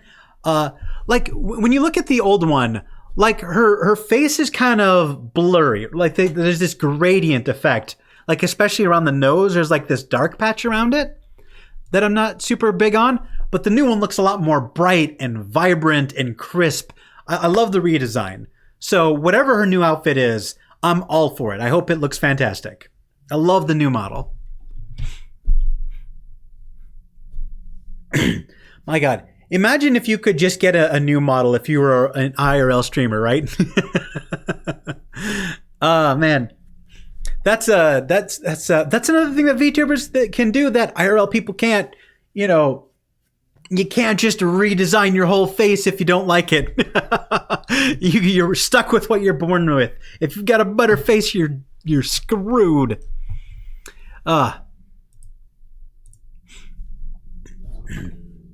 Let's see. Genshin Impact getting an anime made by Ufotable, the creators of Demon Slayer. Nice! There's a short video on YouTube. I might check that out later. Here's the thing. Genshin Impact looks really cool. I definitely understand why people are into it. I'm all for it. I refuse to watch it, not because I don't think I'll enjoy it. I refuse to watch live streams or play the game, not because I don't think I'll enjoy it, but because I think I'll enjoy it too much. And it's definitely the type of game that I would get sucked into and completely lose my sanity to. Like it looks like it's got more of an open world concept and has multiple player characters. And bruh, I would waste 8 hours a day on that thing. I would have no free time. I have a very addictive personality, so there are certain types of games that I don't get invested in on purpose. Adi came in. I always found Iris design kind of weird. I mean, it is a little weird, but it's better. Isn't that just plastic surgery? Hey, man, a new model is a lot cheaper than plastic surgery. A rhinoplasty is like tens of thousands of dollars, and they have to cut your face open. A new model is just however much you want to pay your artist, I guess. Wrong, you can pull a Michael Jackson. Man. One thing that people always give Michael Jackson shit for that nobody ever talks about? Michael Jackson is African American. So when he had to lighten his skin for vitiligo, which, by the way, he didn't have to do. There's nothing wrong with having patchy skin. Vitiligo, perfectly fine. You don't need to feel insecure about it. It's just light patches. It's not a disease. But if you are going to bleach your skin, I totally understand why you got plastic surgery. Because the thing is like, I will actually show you what I mean rather than explaining it. Because I'm bad at explaining things. Albino African American.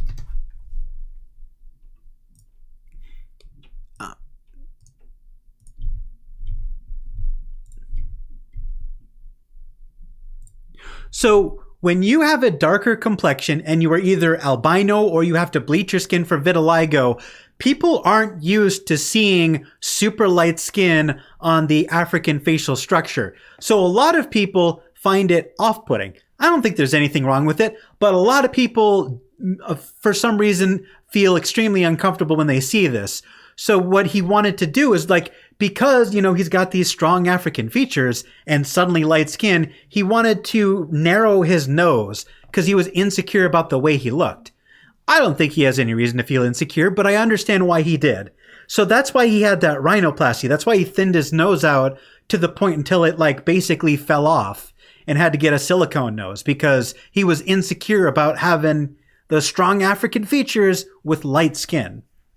So he did it out of insecurity, and I can totally empathize with that. I genuinely don't think he was trying to like, I don't know, like be white or whatever. I don't think he was trying to like hide his ethnicity. I think he was just insecure about his appearance.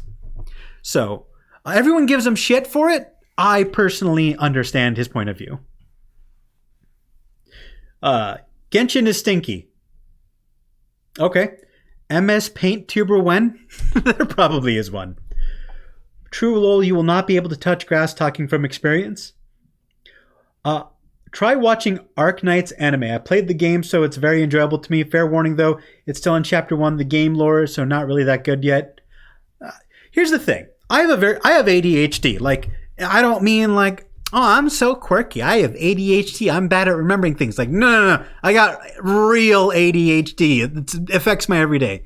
If the anime isn't good in episode 1, like if the anime doesn't grab me by the throat on episode 1 and capture my attention, I'm not watching it.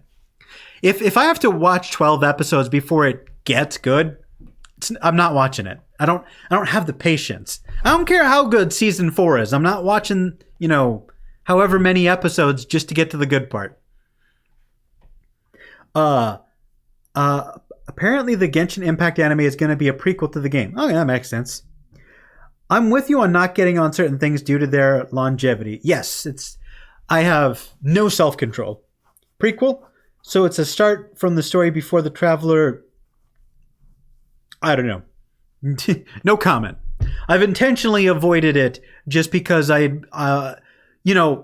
open world fantasy games with cool characters destroy my life.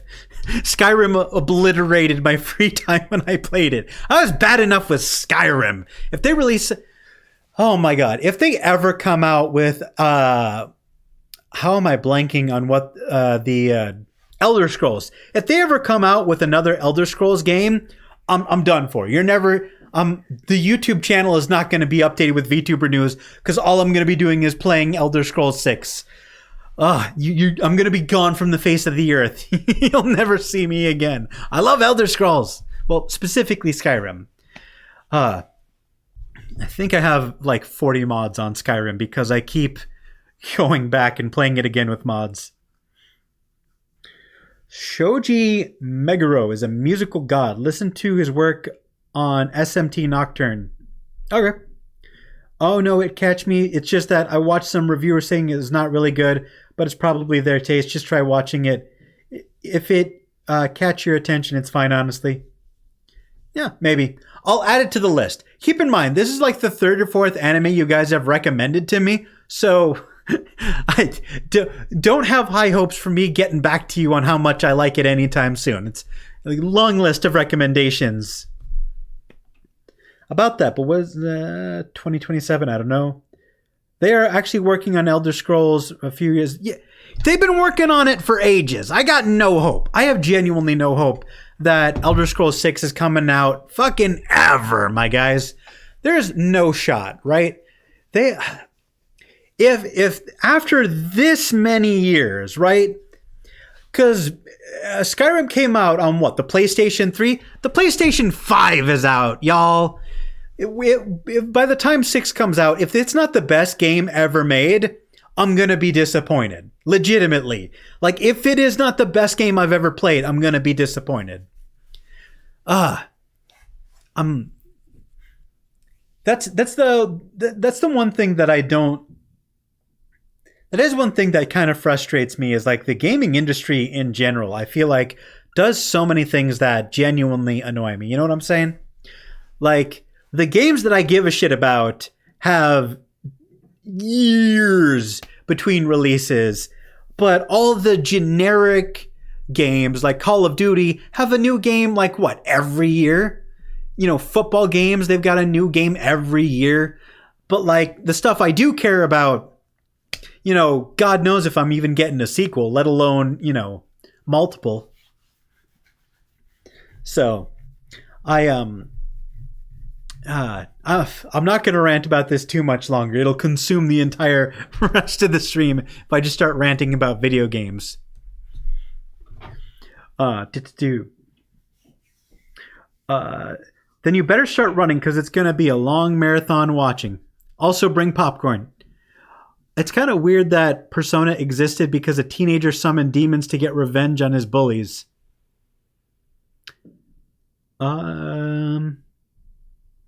What? Is that the plot of the first Persona game? I never played Persona 1, so if you're talking about the first game, it's flying over my head. I'm also actually really, really looking forward to Starfield. That looks to be like Elder Scrolls, but in space. Hey, it might be good. Also, Arknights has one of the best songs in the gacha community. Try it if you want. I'll look into it. I promise you nothing. All right, hold on. I will be back in a hot second. I'm getting a drink.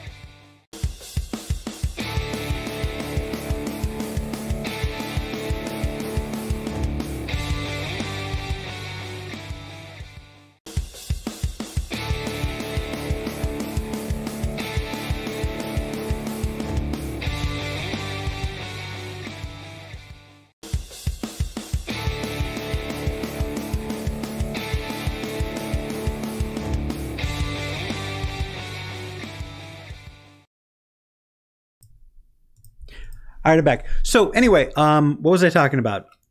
Oh yeah, by the way, another reason that I don't stream, since we're on the topic of video games, part of the reason that I don't stream playing video games as often as I would otherwise like to is because all of my VTuber friends are just friends and they don't want to play on stream with me. They want to play off stream. Unironically, none of them want to stream with me. They just want to play video games off stream and be like normal homies, which is cool. I love them. Love being homies. Don't need to be a collab partner to be my friend, but also maybe you could collab. Like, I've got this buddy. His name is let me look up St. Powers real quick. Let me find. Does he even stream anymore? St. Powers.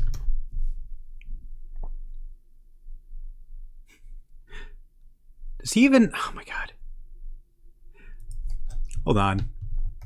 Is it Saint_Powers? God damn it, never mind. Okay, I'm not going to pull up his channel because I can't find it. For some reason, I don't have it bookmarked.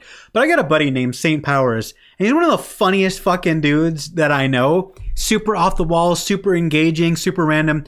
But the problem is like, a lot of the stuff we talk about, yeah, it's not really safe for stream, you know what I'm saying?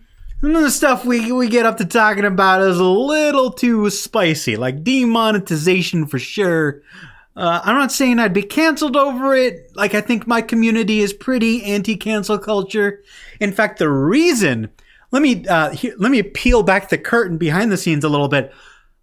Like, 70% of the reason I'm so aggressively anti-cancel culture and I've made so many videos defending canceled content creators is because I don't want to be canceled. I want to attract people who are anti-cancel culture so that my fans won't cancel me over a fucking joke. If I was the type of guy who bashed everybody over every joke, I'd attract a bunch of cancel-happy assholes and then I'd get canceled. But even though I feel like I've cultivated a community of anti-cancel culture people, I'm still not convinced some of the spicy stuff we talk about wouldn't ruffle some feathers. You know what I'm saying? Not everybody is huge fans of certain types of humor. I am ever so slightly more edgy in person than I am on Twitter and in videos. All right, let me check chat real quick. No No, I'm talking about the Shin Megami Tensei franchise as a whole. Nope, aside from Persona, I know nothing about it. But if it's anything like the Persona games, I'm sure that's great. It began as a novel and then as a video game. Oh, interesting. I might sound like dismissive or like whatever, or sarcastic, but that is genuinely interesting. Isn't there a version where Joker summoned Izanagi instead of, well, Joker? Well, Izanagi is the summon from Persona 4. So I don't know why he'd summon Izanagi. That's, how am I forgetting the name of the protagonist of Persona 4? Persona 4 protagonist. How did I forget his name? His name is Yu? No wonder I forgot his name. His name is fucking Yu. That's so boring. Yu?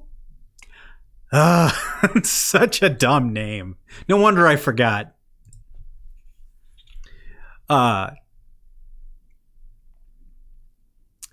Man.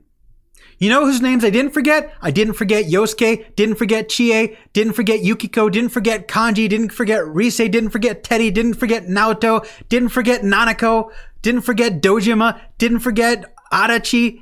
Like, his name is Yu? That's so dumb. That's so dumb. What was I talking about? I just went on a micro rant there and blacked out. What were we talking about? Yeah, no, so the Joker, Izanagi is Yu's original persona. So I don't know why he would, why Joker would use that. Play with stream viewers. I would never stream with anyone I have not personally interacted with and like played games with before. Like, just because we are super friendly, like in the chat, doesn't necessarily mean that we vibe during a video game. You know what I mean? So I would definitely vet people. Check Twitter. I sent you something. Holy shit! Oh, God damn it! Let me catch up with chat. VTuber things. Izanagi no Okami. Over my head. Just takes that one guy to start sounding the alarm. Exactly. Persona 4 Yu Narukami. Yep. The main character having the name Yu reminds me of Rush Hour. Where's the loading screen? Oh yeah! I remember that Chris Rock back and forth. You, me? No, me, you. No, wait, no. It's such a stupid interaction. Chris Rock is hilarious. Please tell me his name is Chris Rock and I'm not getting my wires crossed. Please tell me I didn't forget the name of the actor. Rush Hour. Please be Chris Rock. Please don't let me be an idiot who got the name wrong. Please, Chris Tucker. Fuck! I can't believe I said Chris Rock when I meant Chris Tucker. They're both Chris's, damn it! I can't believe I just said Chris Rock. Oh my God, shoot me! No, Chris Tucker had a funny interaction. God damn it, shoot me, please. Execute me. It's one of my favorite movies, and I just said Chris Rock and oh my God. Chris Tucker. Yes, Shorty, yes, I know. I'm stupid. No, it's Chris Tucker. God damn it. Shoot me, please. Can't believe myself. Rush Hour is a good movie. Everyone should watch Rush Hour. If you haven't seen it, it's like 90 minutes, well worth your time.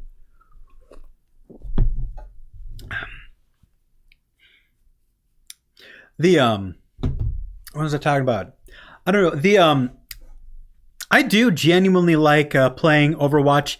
I genuinely like playing. Let me actually pull up my Steam list real quick. Let me do a quick filter of things that I have like actually installed and like ready to play. So, so I have Skyrim, right? I love Skyrim, but I'm like midway through a save with a shit ton of mods. If I started playing it, I feel like people would be lost. Actually, should I show this on stream? I guess there's no reason not to. It's not a secret. There we go. All right. So these are the games that are like ready to play. So I got, here's the thing. I love this game, but nobody else plays it and I've already beat the game. So there'd be no point in streaming it because I'd just be playing against, the computer. I love Skyrim. Halfway through a save, loaded with mods, everyone's going to be lost. This game, again, hilarious. Really only fun if you're playing with someone. It's not as much fun playing against a bot. Fight of the Gods, same case, only fun with friends. Fireworks Mania, despite having a gaming PC, if you light off too many fireworks, it might crash my computer. I have a $2,000 PC, and it's still, if you put enough fireworks in the sky, it still chugs. Call of Duty, fun with friends. Halo Infinite, fun with friends. Horizon Zero Dawn, I'm like, the game is well made, but it's one of those games where I kind of lose interest in the plot because I'm not too invested in the characters. And sometimes I get stuck at certain zones in the gameplay. I prefer games that are a little bit more open world. I have In Silence and I've never played it. I have Keep Talking and Nobody Explodes and I've played that once. Never played this game. This game I have actually streamed before. I thought I downloaded the game. Turns out I only downloaded the demo. Maybe I'll buy it at some point. I have Phasmophobia, but Phasmophobia is actually boring. I don't understand why this game became so popular. It's legitimately boring. Nothing happens. You just roam around and wait for shit to happen and find bones and shit. I don't know. I don't get the point. Why is this game so popular? Poppy Playtime, I already beat Chapter 1. I haven't played Chapter 2. I could be talked into playing this. I'm halfway through a Sekiro Shadows Die Twice. However, this probably wouldn't be fun for you to watch, even though I have fun, because I installed a mod to make the game easier because I'm bad at the game and I got sick of being stuck. So I basically turned on a mod that lets me recover health so that anytime I get injured, I can just run away and heal, which makes the game super easy, which probably doesn't make it as much fun to watch, but definitely more entertaining to play. This game is underrated. I don't know if it's any fun to watch because it's just chess, but you have a shotgun. I think it's a great game. Everyone should play it. I don't know if it's a fun stream game. Skullgirls, love this game. Soul Calibur, again, I'd need friends. Spore is one of those games that are fun, but also kind of tedious. People told me Subnautica was good, and then somebody bought it for me, and then I never played it. Townscaper, super tedious. Fun but tedious, not a great stream game. Trine, this game I love. This game I have streamed before. I could definitely be tempted into streaming this again. Somebody talked me into getting Ultimate Custom Night, and then I never played it because I'm not into FNAF. But yeah, those are the games I have. I have a couple other random games that I've never played. I don't Scions of Vega, Defenders of Ekron. I don't think anybody's clamoring to watch me play 5D chess or Scions of Vega. You know what I'm saying? Nobody's chomping at the bit to see me play Defenders of Ekron. Also, I prefer Overwatch to Apex. I don't know if this is a controversial hot take, but Overwatch way better than Apex. Apex has a lot of great character designs and decent combat, but all the characters can use any gun, and that's boring as shit. I don't know what to tell you. In Overwatch, your character has a specific loadout, size, armor class, type of weapon, special abilities. In Apex, it's a character design and a couple of slightly unique and not all that useful special abilities. It's just a generic shooter with a couple of extra bonus features. I'm not saying it's a bad game. Overwatch is so much more fun.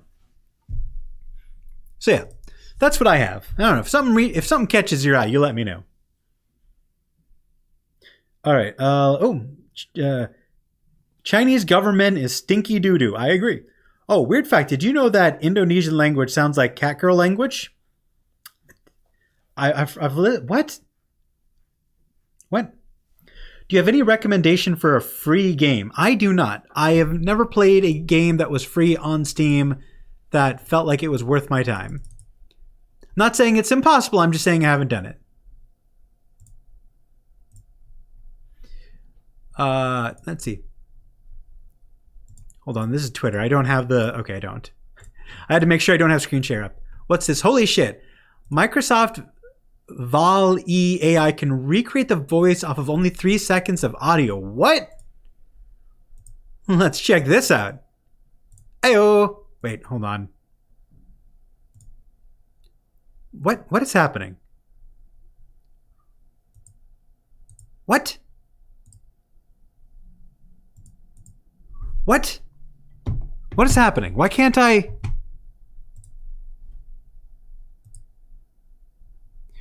What? Why can't I pull up Chrome? What the fuck?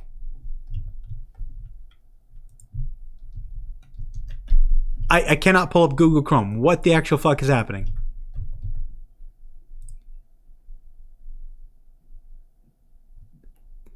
Why do I have paint.net open? What? I apologize for the silence on my end, guys.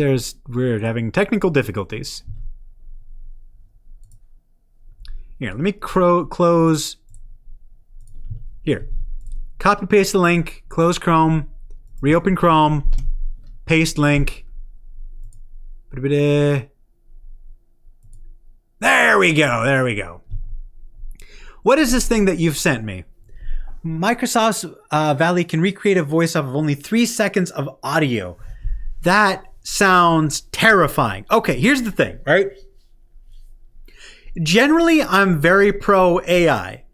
And as a tool, as someone who uses text-to-speech voices, this is super handy. There are legitimate uses for this. However, this is so easy to abuse. Because, like, if submitting a voice clip, right, with a specific script of audio that you have to read, forces you to get consent from the person that you're making a voice out of because they have to actually read the script. There is forced consent. If you only need a few seconds of audio, you can make an AI voice out of anybody, and that is scary because AI voices are getting better and better and more natural, and not everyone is going to pick up on the nuances of a text-to-speech voice. In fact, I know this isn't super immediately relevant, but I will bring it up regardless.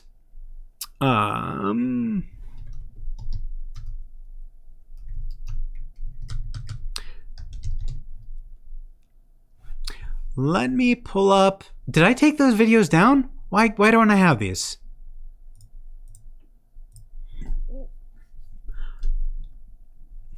Let me find a short clip just to give you an idea of what I'm talking about. I'm going to beat you so badly. Was coming anyway. Let's do the Nintendo map. Let's do Final Destination. Okay, I'm going to pull up a clip that I made with AI voices. And here's the thing. Like, there are two voices in this clip that I generated. You can tell one is a little bit stilted and the other one sounds a lot more natural. And some people genuinely thought in various clips that I've made that the male voice was the actual CinemaSins guy because it sounds so good. So I'll just play a few seconds of this just for the hell of it, just because it's AI voice related and that's what we're talking about. So I'm going to beat you so badly, your mama won't recognize you. I'm gonna beat you so hard, you'll need a close casket funeral. I'm going to dishonor you so bad, no one will come to your funeral. Joke's on you, no one was coming anyway. Let's do the Nintendo map. Let's do Final Destination. Let's compromise and do the Nintendo map. You are the worst. I'm about to show you why I'm the best. Let's make this quick. I have plans at 5 o'clock to be a badass. You could always jump off the edge. The edge. all right, you get the idea. I made 2 AI characters to like insult each other while playing Smash Bros, right? You get the idea. And here's the thing, like, obviously, like, if you're used to it, you can immediately suss out that these are AI voices, right? But a lot of people were saying, like, this video doesn't have any comments, but in other videos where I've used these AI voices, people said that the male voice sounded super, like, realistic and didn't immediately catch that it was an AI voice in other videos that I've made. So, look, AI voices are really, really good. They're getting better, so the fact that you can get something like that off of only 3 seconds audio, that's fucking scary, dude. That is no bueno.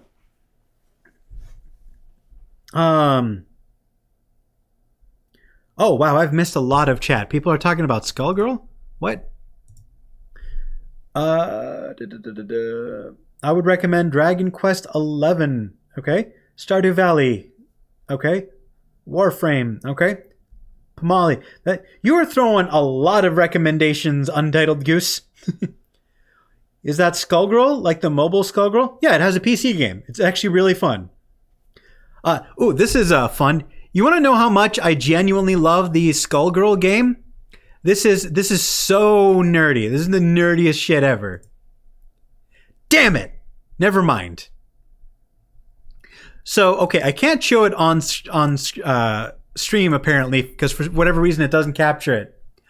On my Joy to Key, which is a software that lets me convert a controller into keyboard input, specifically for this game, I have created a custom button layout and custom combinations and hotkeys and rapid keys for Anna, Beowulf, Sarabella, Misfortune, and Pain Wheel.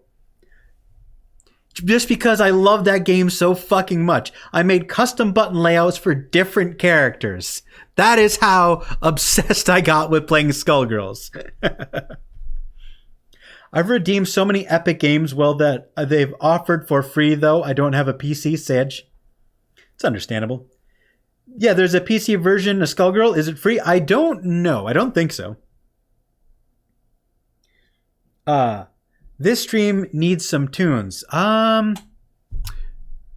I can play some tunes. Let me find something royalty-free. Royalty-free jazz.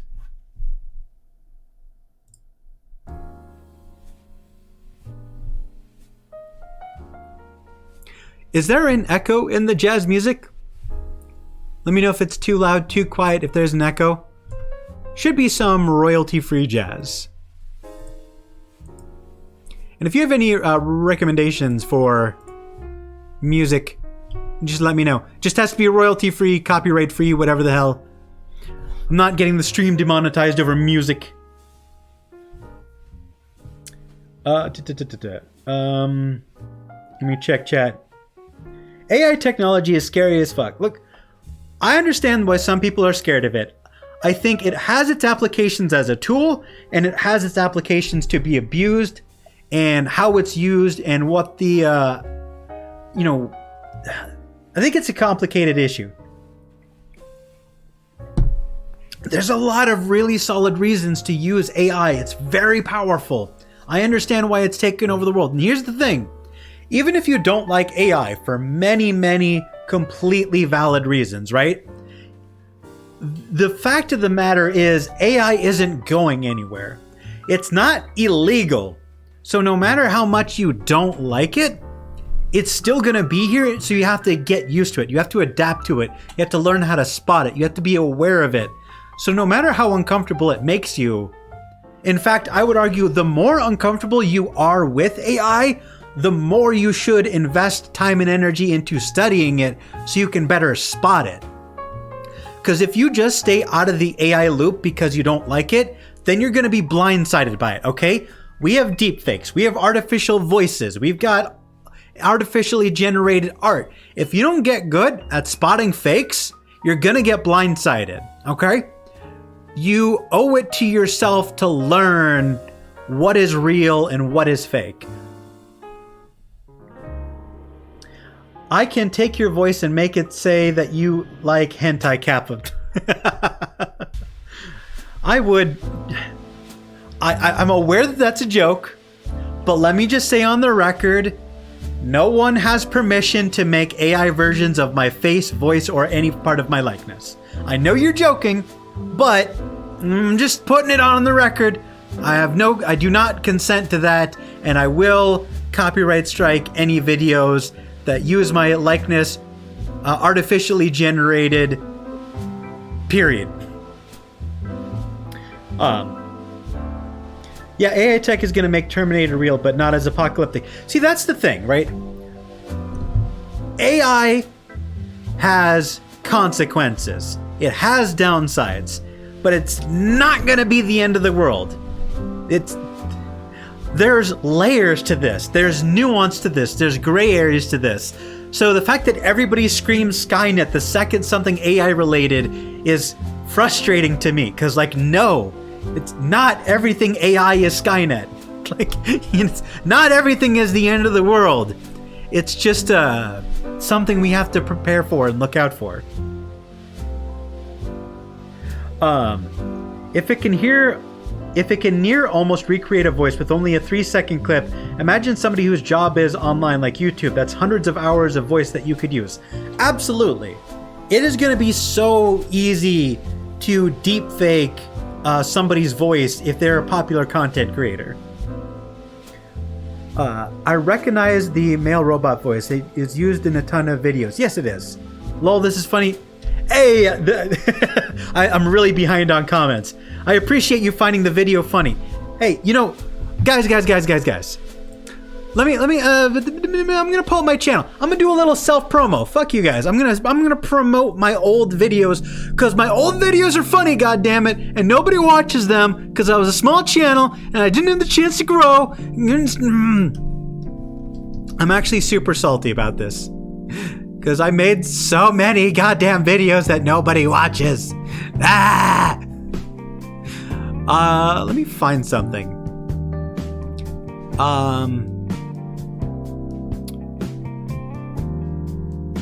Why am I drawing a blank? What should I bring up? I'm trying to find a playlist with the videos that I'm talking about, and it looks like I never made a playlist for it. Unfortunate. Okay. Feels Fly Lord. Smash Bros. Damn it. Okay, it's not coming up. Okay, this is my channel, right? You guys know it. You guys love it. We're here for it. We know all about it, right? If you go to my channel and you go to recently uploaded, yeah, if you scroll back for the past year, it's all news, right? All news. Guys, I've made so many goddamn videos that get absolutely no love.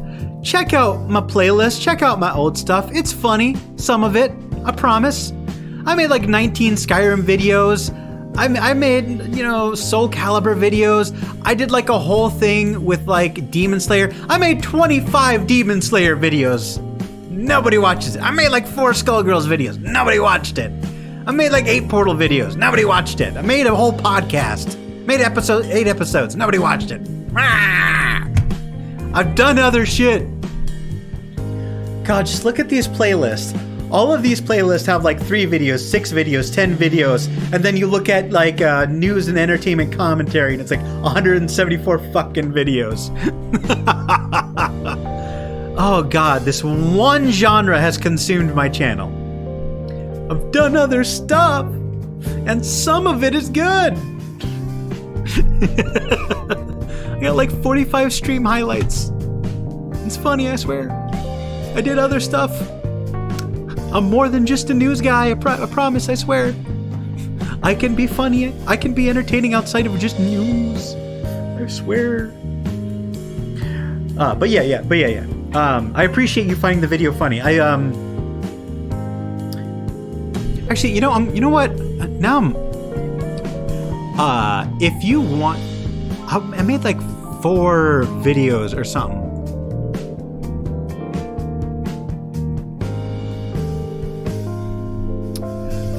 So, okay, yeah, self-promo. You know what? Fuck it. It's my stream, it's my channel, I'm gonna self-promo. I made like, I'm putting all these in a playlist right now, actually, as we speak, on stream. This is how,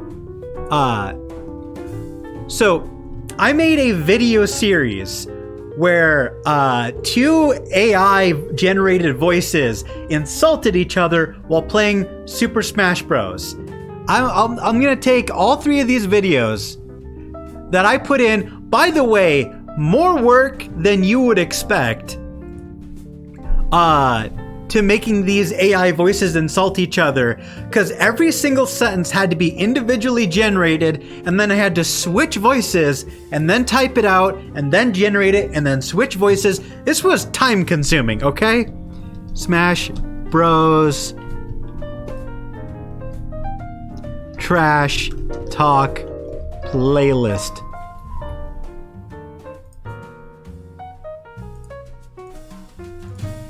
I only made 3 videos in this genre, but they're fucking funny. Eh.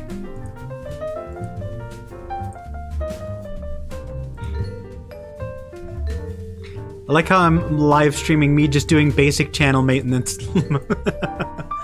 Alright, there. So now if you go to my channel,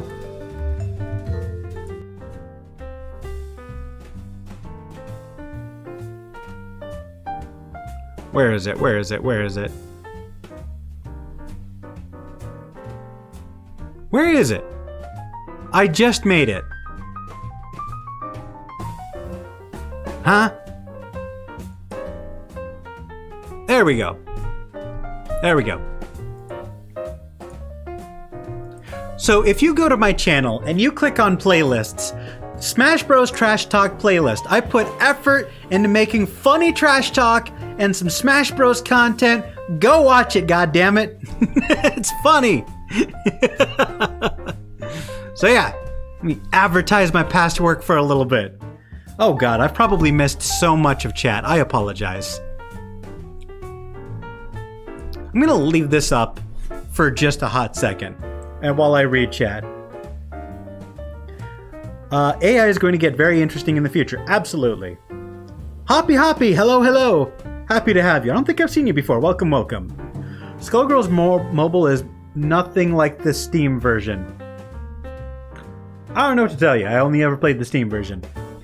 How about a sound test from SMT Nocturne? I don't know what that means. That sentence means nothing to me. SMT Nocturne.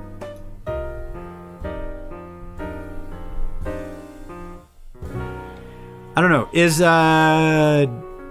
This is game music. This should probably be fine to play on stream without getting copyrighted, right? I swear on your life, if this gets me copyrighted, I'm going to find you and I'm gonna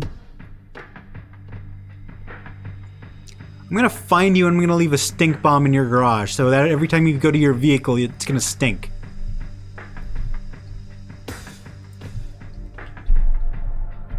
I will say, I don't know who this dude is, but this design is edgy as hell. I like this design. That's edgy as fuck, dude. With the face paint and the glowing eyes and the whatever the hell. I don't know what that's supposed to be, but it looks cool as fuck, dude.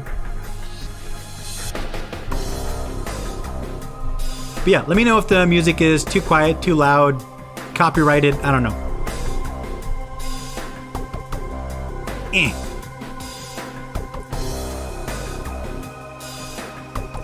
It has an unused song called Sound Test. It has an unused song called Sound Test. What? Sound Test.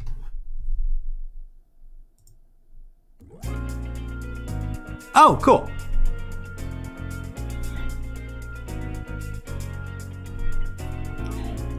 I like how the first comment is, funny to think how this was never meant to be heard by anyone outside of the dev team.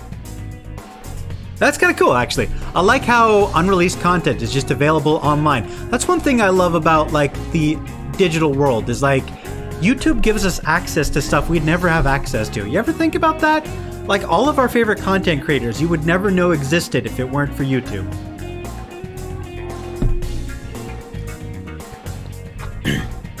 Alright, let me check chat.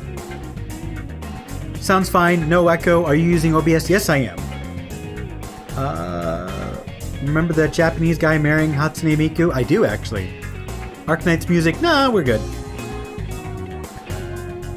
AI will probably be super common in like 30 years. Best get used to it now, just my opinion. Exactly. Look, even if you don't like it, you gotta get used to spotting it, or else you're gonna get fooled and then you're gonna feel like an idiot. Don't kneecap yourself and get absolutely fucked by the thing you hate because you didn't want to invest time in researching it. Ad skip? I don't think I have an ad. What do you mean ad skip? What are you talking about? Wait. Do I have ads on this stream? I better not. This stream is not being monetized. Shouldn't be. I'm gonna be genuinely mad if y'all are seeing ads. This is why I am streaming on YouTube and not on Twitch, because I don't want to show ads in the middle of my goddamn stream. No, monetization off. What are you talking about? Why is this ad unskippable? There's no ads. Monetization is off. What are you talking about? Huh? What are y'all talking about? There's no ads. I will show it to you if you do not believe me. Ah, damn it. Right here, my guy, monetization off. You should not be seeing any ads whatsoever. And if you are, that's YouTube's fault, not mine. I didn't... Is my mouth not moving? Okay, there it goes. Yeah, no ads. Absolutely not. This is why I stream on YouTube and not Twitch. I think it's intrusive to interrupt a stream with advertisements. If I wanted to make money off my viewers, I would just make you send me like a super chat or something. I'll send you a song in your Twitter messages. I'm going to ignore it because I'm already playing a song. Self-promo, easy. Absolutely. The link is about Shifu montage with Freebird. What? I don't know what that means. Fuck, I can't send you a message. No, you cannot. I have messages turned off. I get too much spam. Do you like funk music? I'm not against funk music, but it's also not my favorite. Nah.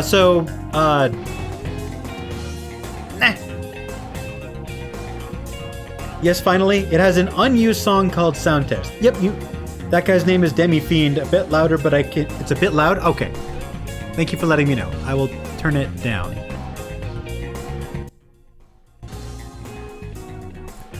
Hold on. Volume mixer. Chrome. We'll turn that down just a smidgen. Thank you for letting me know. Yeah, the guy who composed SMT Nocturne also composed Persona. Nice. Persona 4 specifically. Very cool. No, when you were promoting your channel, we joked and said ad skip. Oh!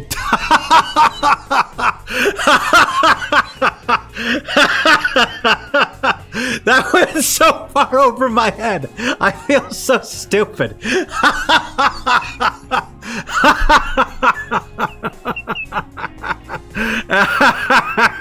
I feel like such an idiot. That was such an obvious joke and I completely missed it. Oh my god. Why did I lose tracking? There we go. I lost tracking because I was literally bending over from laughter. Oh, I feel like such an idiot for not recognizing the joke. I was so genuinely mad, you have no idea. I was like, what the fuck is wrong with YouTube right now? Oh. It's a joke, bro, when you're promoting your channel. Yes, thank you.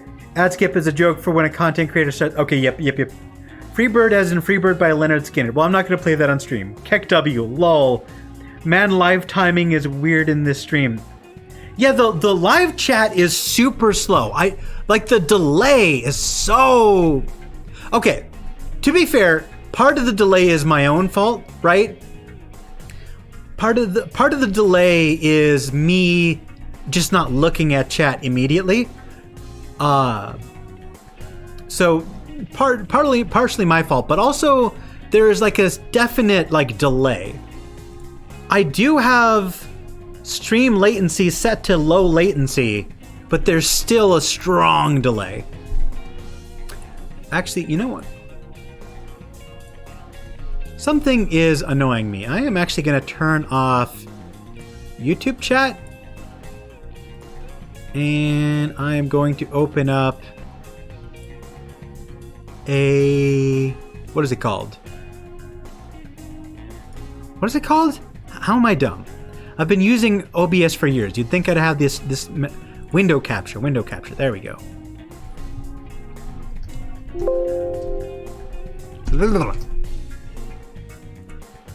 There we go. You know what? I am actually going to have chat open like this because I don't like the fact that for whatever reason, I'm not smart enough to use this.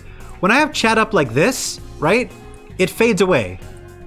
So I'm going to have, I know this looks super tacky and super gross and it's like solid black or whatever, but we're going to do this. I don't like the way that it looks otherwise. Actually, you know what? Can I put a filter on this? Can I get rid of the black? I feel like we don't need black. Custom, select color, black.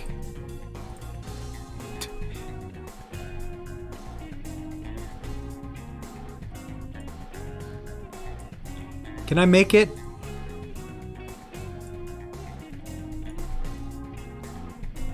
Can I get rid of the blackness?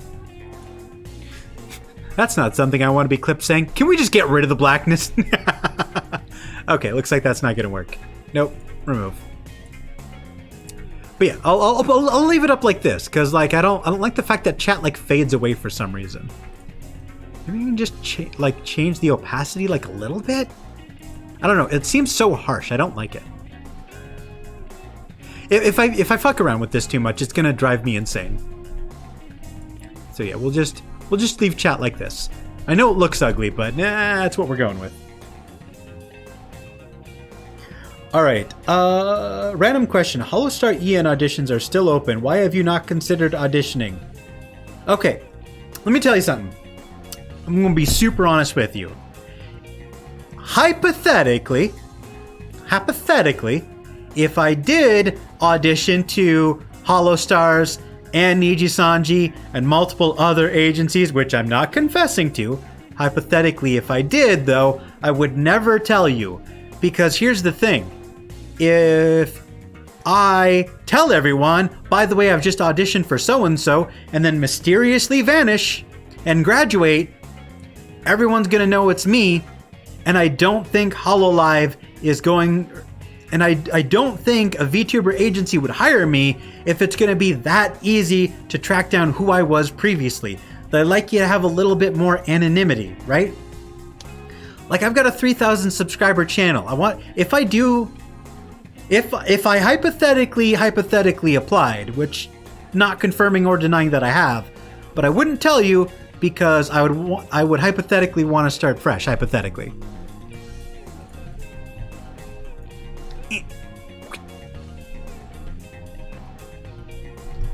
All right. Also, it says top chat. Let me update that to live chat. I don't think anything changed. All right. Also, Beelzebub has its own theme. Nice. Hey, Beelzebub, do you know about Mahapunka? It's a VTuber agency, if I'm not wrong. I have never heard of it. I don't know much about it, though. Me neither. Night mode chat, let's go! Aophilian is going to do a goofy date show. Make VTubers needed. Male VTubers needed. That sounds hilarious. I'm sure that would be hilarious. I genuinely love Philian. I did actually do like a boyfriend application once, even though I'm not, as a joke, obviously. And it was kind of fun. But the problem with like doing like submitting like a boyfriend application is like everybody else's are so much funnier than mine.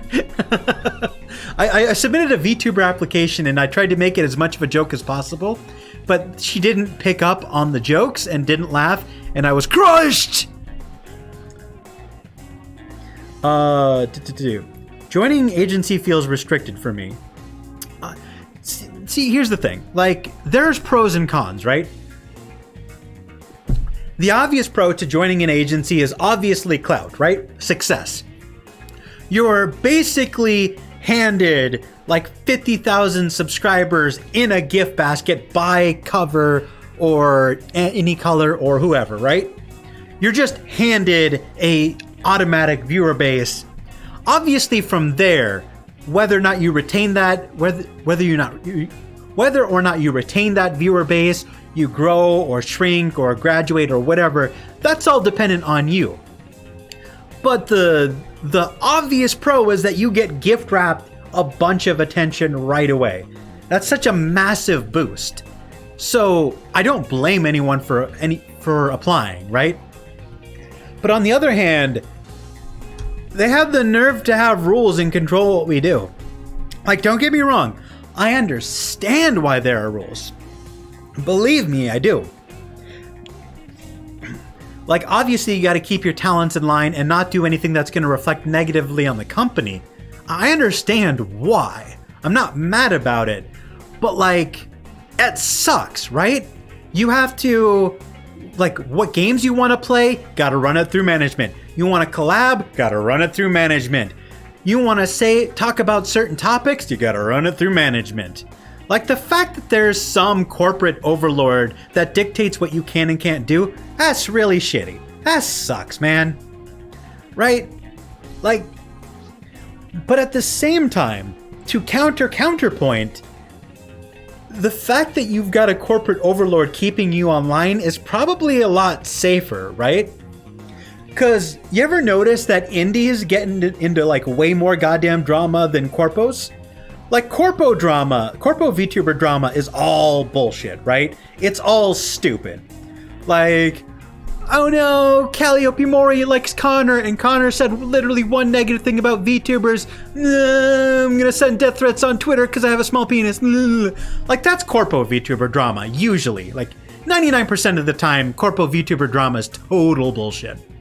There are obviously exceptions, don't get me wrong, but most of it is bullshit. When it comes to indies get into a lot of shit. And I don't cover most of it because a lot of it is unverifiable or just really petty, or I don't think my audience would be interested in it. But there are so many VTubers who have sus interactions with fans, or they say slurs, or they're just generally unlikable pricks. Having a corporate overlord does force you to be likable and pleasant and not get yourself in trouble, right? So it kind of helps in a certain way. Like, if you're the type of person who's kind of controversial, having someone keep you in line is ultimately in your best interest. So it is less fun, but ultimately beneficial. It's, you know what I mean? So I don't know. I don't think it's inherently better or worse. There's pros and cons, right? Like, do you want to sacrifice your individual freedom for instant success? That's not something I can judge. It's not my place to, judge someone. You know what I'm saying? Everyone's got to make their own decisions. Where do your values lie? Bro, opening YouTube with bright mode feels like getting flashbanged in the face. I am a light mode user. Fight me. If you ever make it to Hololive, what would you like to be? See, here's the thing. That is a very hard question to answer because I am genuinely so attached to Beelzebub, right? I'm the fucking Lord of the Flies, man. I'm a demon. I got horns and a crown and tassels and a sword. And I got my lore and I got my community and I got everything just the way I like it. I'm a VTuber who makes a living talking about other VTubers. Like, this is a comfy spot, right? I mean, like, here, you know what I get to do as an indie? Boom. This wasn't approved by management. These fucking shades, bro. This is not management approved. This is Beelzebub approved. All right, you get me, homie? These are on my face because I wanted them on my face. I felt like it, and then I did it, and no one told me shit, right? So it's like, what would you want to be if I were in a corporo? What would I want to be if I were in a corporation? Me, dog. Me. I want to be me. I love my avatar. I love my community. I love everything that I've built. I love the friends that I've made. Bro, if I hypothetically, got picked up by an agency, I can't be Beelzebub with my homies anymore. That's a whole ass tragedy, my guy. Like, who would you want to be? Me. That would it'd be the end of an era for me. I've spent 2 years, my guy. 2 years. Like, that's longer than most pet rodents last. You feel me? Most pet hamsters don't even last 2 years. This is a part of my identity now. So, but as I feel like I would probably get over the identity crisis as soon as my first paycheck came through. I am very, very poor, my friend. I'm very poor. So as soon as that first paycheck came through, I'd probably get over it. What would I want to be, hypothetically? If I was not Beelzebub, I was not the demon boy that everybody knows and is moderately lukewarm towards. I think it would be cool to be a, I kind of like the supernatural aesthetic, right? Like, I like the horns. I like the pupils. I like the bright orange skin, right? I think it is less interesting to be like just an Ikemen. I want a I'd want to be something supernatural. Like, even if I'm not a demon, I'd want to be like, I don't know, like a Wendigo or like a ghost or a ghoul or I don't know, something inhuman. The last thing I would want if I was forced to rebrand would be just a fucking human. That's boring. That's so boring. You've got the infinity of character concepts at your fingertips. The most talented artists in the world's at your disposal. And you decide, dude, what? That is a waste. That's a waste of talent, right? You know what? I'm not saying that the models are bad. I'm just saying, let's see, I don't know if all the music here is copyright free. Hold on.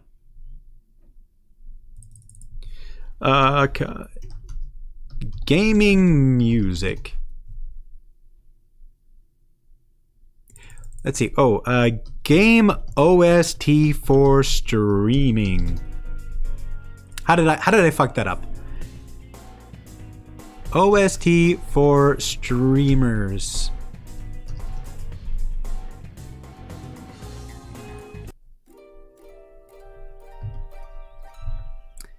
There, we're gonna listen to Grilled Cheese Happy Beat.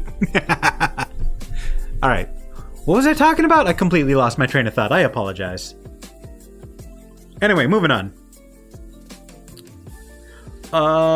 Say China once and the company throws you under the bus. No. Say Taiwan once and the company throws you under the bus.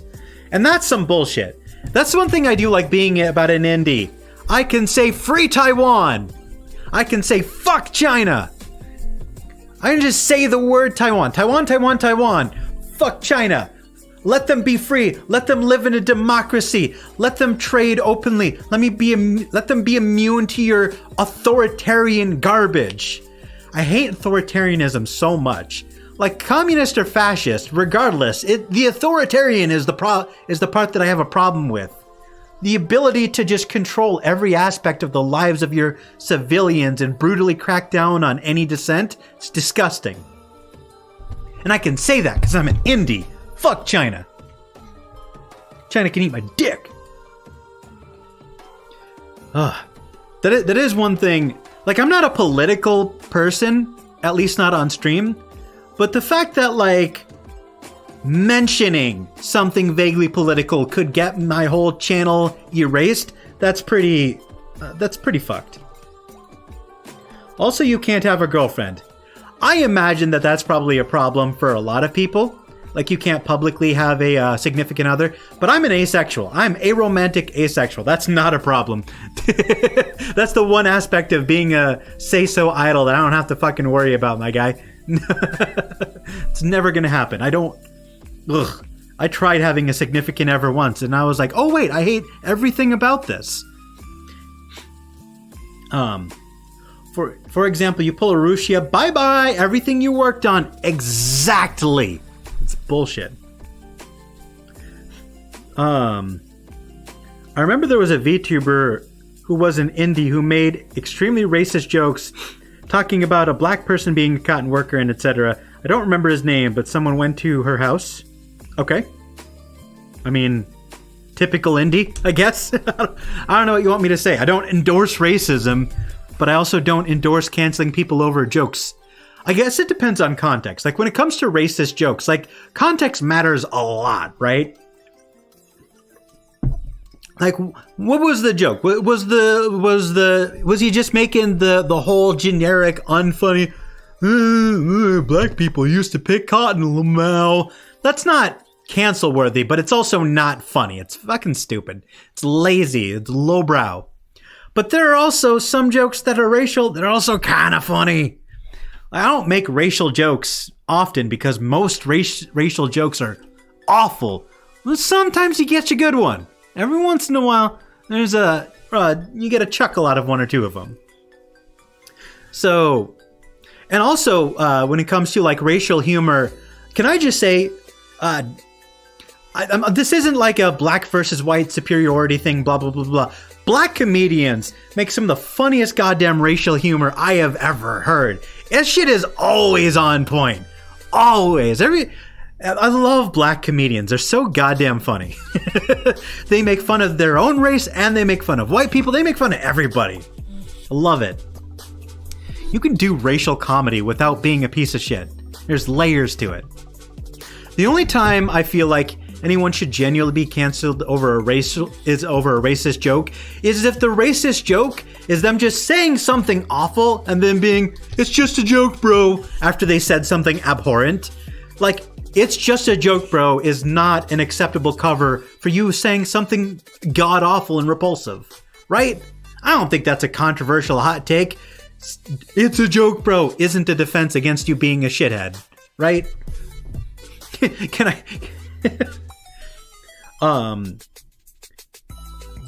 So Beals, would you like fan art of you as a Persona user? Fuck yeah! Hell yeah, dude!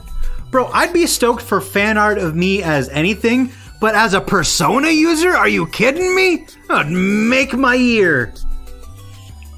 Hell yeah, dude. What flag is on your sunglasses? It's funny you should mention that, because I was just talking about that. This is the asexual flag. Because I'm the ace of shades, boy. I got those asexual shades. I'm the ace of shades, boy. You know what's funny? Somebody saw the pride flag on my glasses and was like, that's the pedo flag. You're a pedo groomer. Blah, blah, blah, blah. I was like, bro, it's literally the asexual flag. I could not be less of a pedo groomer if I tried. I'm literally not attracted to other human beings. I'm not sexually invigorated or whatever term allosexuals use. Also, quick tip, just for the sake of terminology. Asexual, no sexual attraction. Aromantic, no romantic attraction. Allosexual means you do have sexual attraction. Alloromantic means that you do have romantic attraction. So that's just quick terminology lesson so that you're not being confused by all these LGBT terms that not everyone is familiar with. I don't get offended when people don't understand LGBT stuff. Not everyone's involved in the community. So it's all good. It's all good. But yeah, this is asexual pride. It is a part of my personality that I hold with pride because it is something about myself that I did not know until I was a whole grown-ass adult. You have no idea. I'm going to go on a little bit of a rant. I apologize if people in chat aren't, aren't super into LGBT issues. I'm not trying to force anything down anyone's throat or, force my opinions on you. But I do want to go on just a tiniest bit of a rant here. When you are a dude, right? Especially in like the 90s and early 2000s before LGBTQ stuff was really talked about openly. When you're a dude, right? And not just a dude, you're a dude in like rural Midwest, right? Hillbilly area, right? And LGBT stuff is not understood. You as a man have certain expectations. People expect you to fall in love. They expect you to have crushes. They expect you to desire, women. And they expect you to talk about women in a certain way. And like, if you don't participate in that discussion, you're weird or you're gay. I got called like faggot so many times throughout my entire school career, from elementary, like even as early as like the first year of middle school. People were screaming at me, calling me gay or whatever. Faggot, faggot, faggot. Why? Because I don't immediately want to have sex with every single female that I see. This is so weird, so unacceptable. Oh, I don't really want to talk about how hot every single child in our school is. It's not my favorite thing to do. Oh, so so repulsive that I don't want to fuck everybody I see. And the thing is, like, I didn't have these feelings that everybody else had. And then everybody called me gay over, and it's like, I'm not gay, I'm not into men. And it's like, is there something wrong with me? Am I not a real man? Am I less of a person? Am I less of a man? What is wrong with me? There's something broken inside of me. Everyone else has these emotions and I don't. I'm wrong. I am incorrect. And it fucked me. I don't think my experience was as bad as someone who's like gay, because like being gay is like a sin or whatever, right? But like nobody thinks you're sinful for being ace, but people do still think that you're weird. And it's ostracizing, it's alienating, it's cold, it's weird not being able to relate to people. People will have whole ass conversations that you just can't be a part of, and you don't know why, because you don't know that being ace is even an option. It fucks with you. You think you're broken inside. And then I'm like in college, I'm like 18, and then I meet some like purple-haired lesbian who befriends me and takes pity on me and teaches me about this whole new world of like, by the way, you're not a freak of nature. This is a normal thing. You're not weird. You're not broken. You're a normal human being who's just built different. So yeah, that's why I wear this, proudly wear the asexual flag on my glasses and let everybody know, because it made my life easier. Here's the thing. If I talk to a woman and I've got a little badge on my, shirt that's got the asexual pride flag, they immediately know, hey, I'm not approaching you because I want to fuck you. I'm approaching you because I want to be your friend. And then like, oh my God, this guy's not a friend. This guy's not a threat. Let me actually talk to him like a, I don't know, human being.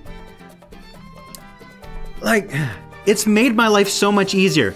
I feel less broken. It's easier to talk to women without them being threatened by my existence near them. I'm not saying all straight guys are horrible, but there are enough horrible straight guys that have ruined y'all's reputation and made it super hard to just be friends with half the goddamn population. It should not be as hard as it is for men and women to just be fucking friends, dude. There's so much politics and drama and like sex and relationships and it's not having to deal with that is life-changing. Honestly. Unironically. If I could give my asexuality to other people and just be like, hey, all that drama, all those relationships, all that heartbreak, the loneliness, the rejection, the sensation of not being good enough or dying alone, hey, if I could just give that to other people so they don't have to feel horrible about themselves for not being sexually successful, I would do it. I would give it to everyone. It's liberating to live this way. I apologize for going on a rant about LGBT stuff. You activated something very important to me. I apologize for going crazy on you. I know that's probably not what you wanted to hear, but Things like this are important to people. I'm sorry. I went on a rant there. I apologize. That's not what this stream is about. Could go to VShoujo in that case. Yes, I could.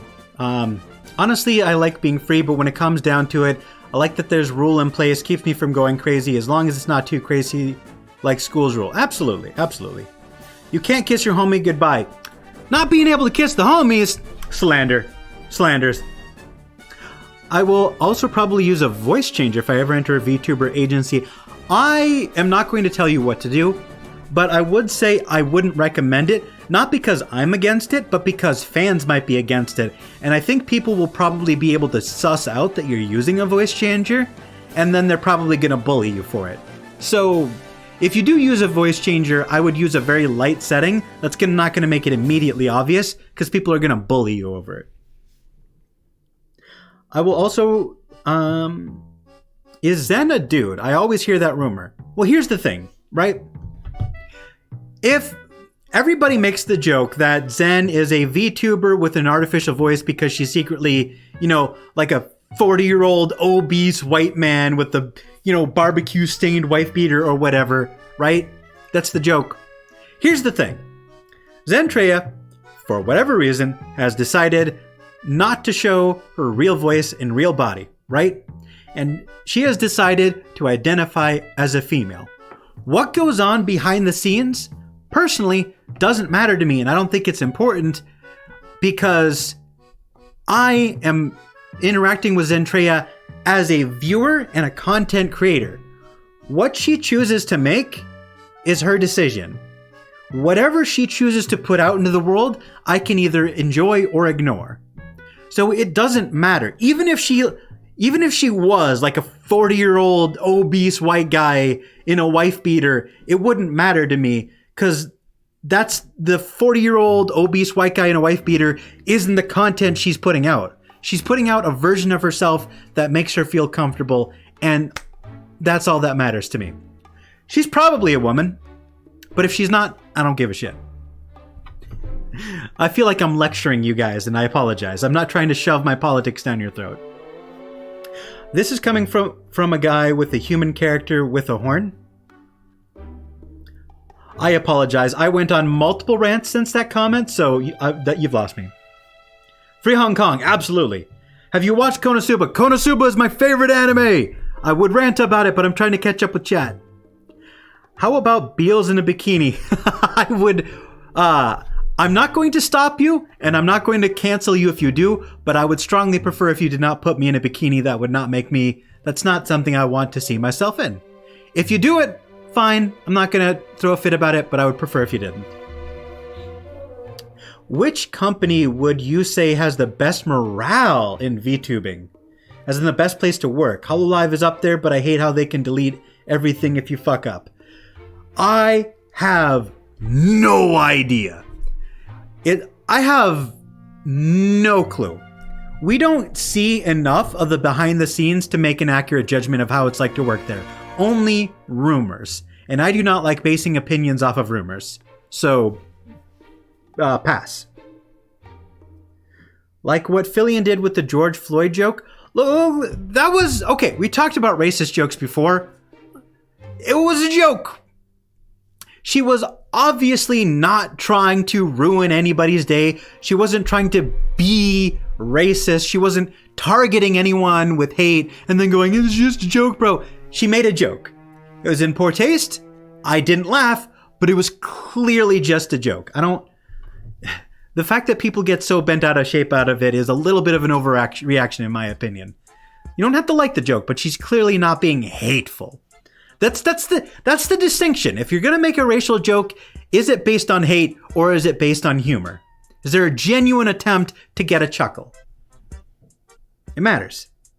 Can you link a reference sheet in your description? Yeah, I have, I can do that. Your persona is Beelzebub. Correct. Okay, but would you go to a strip club if interested? I have been to a strip club. I have so many comments to catch up on. I will make this story quick. I used to work at Walmart, And when I worked at Walmart, I had a coworker who was married and had kids and really, really liked strip clubs. And he talked me into going, and it was horrible. You know, because this is not a strip club in a big city with like attractive and talented people. This is a strip club in the rural Midwest. There were like 4 overweight white women who could not pole dance, just slapping their, you know, flabby titties into the faces of the most depressed, you know, 40 and 50-year-old men. And then like asking everyone if they wanted to dance. Like, hey, you want me to, I don't know. It was sad. It was depressing. There was no talent. There was no flair. There was no enjoyment. Just a bunch of average middle-aged women trotting around a stage half naked. And then later, fully naked. Woo. It was horrific. Because not only am I not sexually attracted to these women, they're also not doing anything entertaining. They're just floundering around while naked, which is not entertaining. It was horrific. I hated it. I wanted to leave the entire time, but I couldn't because the guy who talked me into going had a car and I didn't. I don't understand the appeal. Like, oh, there's a woman. Cool. Now she's naked. Cool. Can I leave? Also, the alcohol is like 4 times as expensive. Cool. You know, I don't understand the point of strip clubs. Where's the fun? I could be talked into going to a burlesque show, because a burlesque is a dance performance. It's a performance. It's a sexy performance, but it's got entertainment value other than just naked women. Woo. Titties. Congrats. Never seen those before. Titties. 2 sacks of fat. 2 sacks of fat on a woman's check. 2 sacks of fat on a woman's chest? Oh my god. Losing my mind. Man, my look on rainbow was broken after the LGBT rising. Okay. So you're not interested in Aloe? No? You mean Mono Aloe, the VTuber? Not attracted to her, no. Joke, by the way. Okay, thank you for clarifying. It's really hard to read context in a YouTube comment. Thank you for clarifying. People are just insecure and immature, honestly. Absolutely. It's why I don't go to church. The local churches in my area are anti-LGBTQ and have called gay people in the F word in their face. That's depressing, and I'm sorry the people in your area have to deal with such toxic people.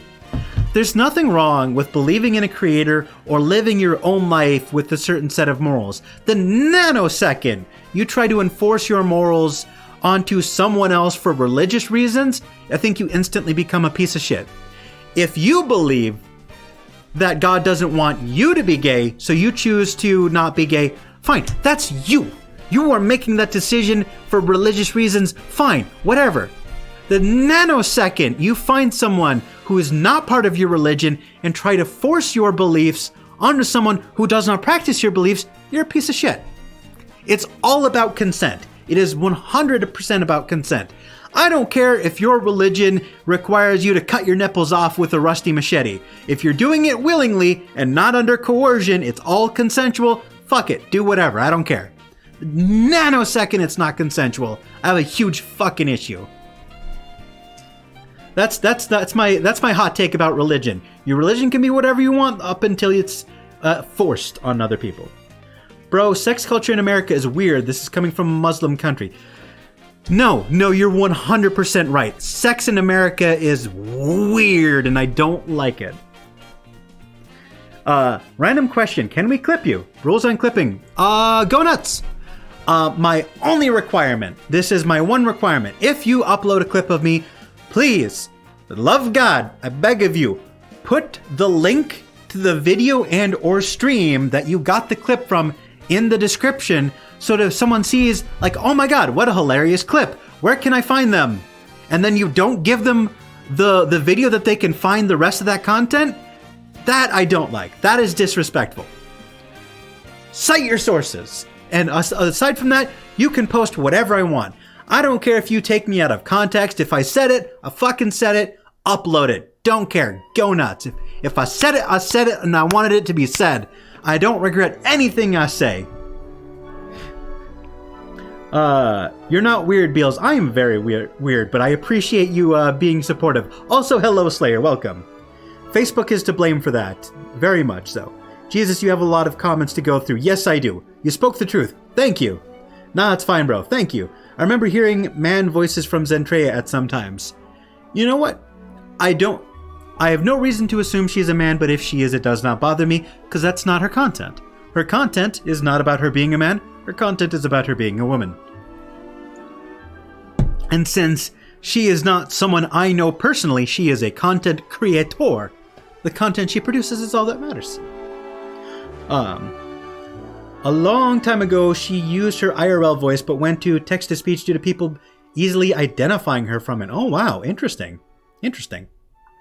I can imagine Beals in a bikini, Astolfo style. All right, what is your favorite gun? P90. Easy W. The P90 has a recoil reduction mechanism where the receiver, instead of going straight back and punching all of that recoil directly into your goddamn shoulder, it curves it down, which also pushes the gun down, reducing the fuck is it called? What do you call it when the gun gets higher because of recoil? It reduces drift, I think it's called. P90, absolutely great gun. You went to the redneck strip club. I did. It was horrific. Never go to a rural redneck strip club. You will be depressed. Your morale will go down. Sounds like a horror movie, Beals. It was! That sounds like you need a lot of alcohol for them to become sexy. These were not 10 out of 10s, my friend. These were middle-aged, slightly overweight white women with just mashed potato colored skin, man. We're in the Midwest. We don't get sunlight. They're all eggshell white, my friend. Bro, you said you would copyright certain things. No, I said if you use my likeness. No, okay, so I think that was a confusing statement. No. What I say by my likeness is like, if you replicate my voice with AI, that's my likeness. You cannot do that. If you deep fake my face and replicate that with AI to impersonate me, that's my likeness. That's bullshit. Do not do that. Any attempt, if you put my face on screen and pretend to impersonate me and make it look like I'm saying things that I did not say using my likeness, that's fucked up. But clips, the real me, the actual me that I actually did and said and acted out, that is fine so long as you credit me. The clips are not my likeness, they are me. Just don't abuse my likeness for your own personal agenda. That's all I'm asking. I apologize if I wasn't clear about that. That was poorly phrased earlier. Thank you for calling me out on that. But no, if you upload clips of me, things I actually said and did, I'm not going to copyright it no matter what. Personally, I always try to link someone's Twitter and YouTube and Twitch channel because Twitch deletes VODs after 30 days and can't link the VODs. Exactly. 100%. I'll always credit your... always credit people. I'm gonna actually boost the music a little bit. It's too quiet. Oh, I don't like this song at all. I don't like this song either. There we go. Okay. Sorry, I got distracted by the music. But yeah, no. It's only if you're using my likeness for things that I didn't actually say or do. Random question. Who joins VShojo next? I have no idea. I have no clue whatsoever. Because I feel like all the indies, right, are like doing fine as indies. Like Takahata, he's got the Weary 101. He's already got his own community. Punkalope, Pipkin, or like Punkalope, Shibidoki, like all these other indies, I feel like they're doing just fine on their own. I don't know what the benefit for them would be to join a corpo. If it's something that they want to do, fine, but I don't see why anyone would. I have no idea who they're going to pick up next. If another Hololive or Niji Sanji VTuber graduates because of a scandal, then they're probably going to rebrand and join VShojo. That I can promise you. If Hololive, fires somebody, they're going to VShojo and rebranding. That's a promise. And all eggshell white, even from the black people? What do you mean, even from the black people? There are no black people. This is the rural Midwest. We have, Scandinavians, Germans, and African immigrants. There's no black people. We are a few miles away from the Canadian border. There were so few black people in my city that when the Somalian refugees all came over and were just sort of deposited here by the government, the black population quintupled overnight. As soon as these refugees came over, there were so many more black faces. It was like not a bad thing, but it was oh, culture shock. Holy shit, I'm not used to seeing dark skin in the Midwest. It was kind of oh, unexpected. So, there is not a lot of diversity here. So the strip club, everyone in that building was Caucasian except for me and the guy who invited me. Everybody else was milk white. Oh. So if you ever wonder, hey, I thought you were mixed. I thought you were part black. Why don't you talk or act even remotely black? It's because I'm from Whiteville. I'm from the Midwest. What do you mean, why don't I act black? There are no black people around here for me to emulate. There's one black family that was here before the refugee crisis. That's an exaggeration, but you get my drift. I will say that I spent 4 years of my life in Florida, and I gotta say, it was definitely a culture shock to go to a place that was actually diverse, that had a large black population, large Hispanic population, large Asian population. You know what I'm saying? Because I just wasn't used to it. And it was interesting, actually interacting with other minorities other than my own family. And going oh wow, some of these stereotypes that I've heard do have a basis in reality. And some of the stereotypes I've heard don't at all. And it was interesting to kind of process the stuff that I saw on TV, but never actually had a chance to actually experience. You know what I'm saying? When I was in middle school, I unironically, honest to God, thought the black accent, the black accent that you hear on TV, was made up. I thought it was a work of fiction. I thought nobody had that inner city accent. I thought it was all lies. I thought it was comedy. And then I actually heard somebody talking, air quotes black, talking with the black accent, and talking in that certain kind of way, and it totally took me by surprise. I'm wait, you're real? That's not a TV thing? You all talk like that for real, for real? What? I was floored. 14 years old, I found out that the black scent is real and not a work of media fiction.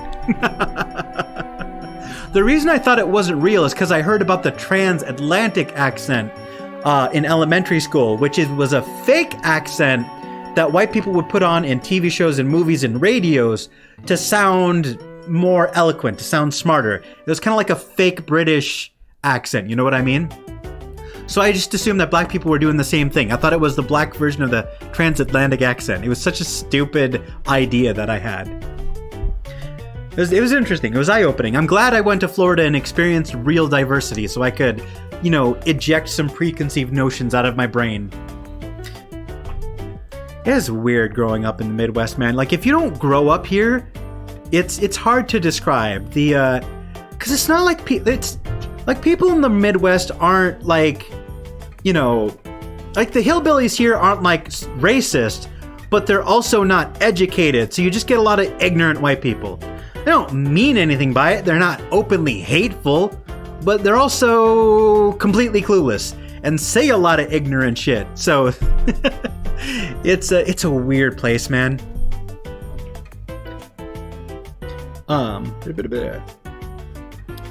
Honestly, the fact that Snuffy isn't already in VShojo surprises me. Okay, Snuffy is a good pick. It would make I could see Snuffy joining. Fun question. Top 5 VTubers of all time. Courage Ollie, Kobo Kanuru. Who do I watch other than those two? Punkalopi, Chibidoki, and Amino Pikami. Those are the first 5 that I thought of. Those are the 5 that I watched the most. There are other VTubers that I like a lot, but those are my favorites. Courage Ollie, Kobo Kanuru, ugh, damn, wow. Punkalopi, Chibidoki, and I already forgot the 5th one. Not important. If I can't remember them, obviously they're not. Oh yeah, Pikami Amino. Amino Pikami. Those are my favorites. I think Punko mentioned that she won't join a corpo, but I take that with a grain of salt. You never know.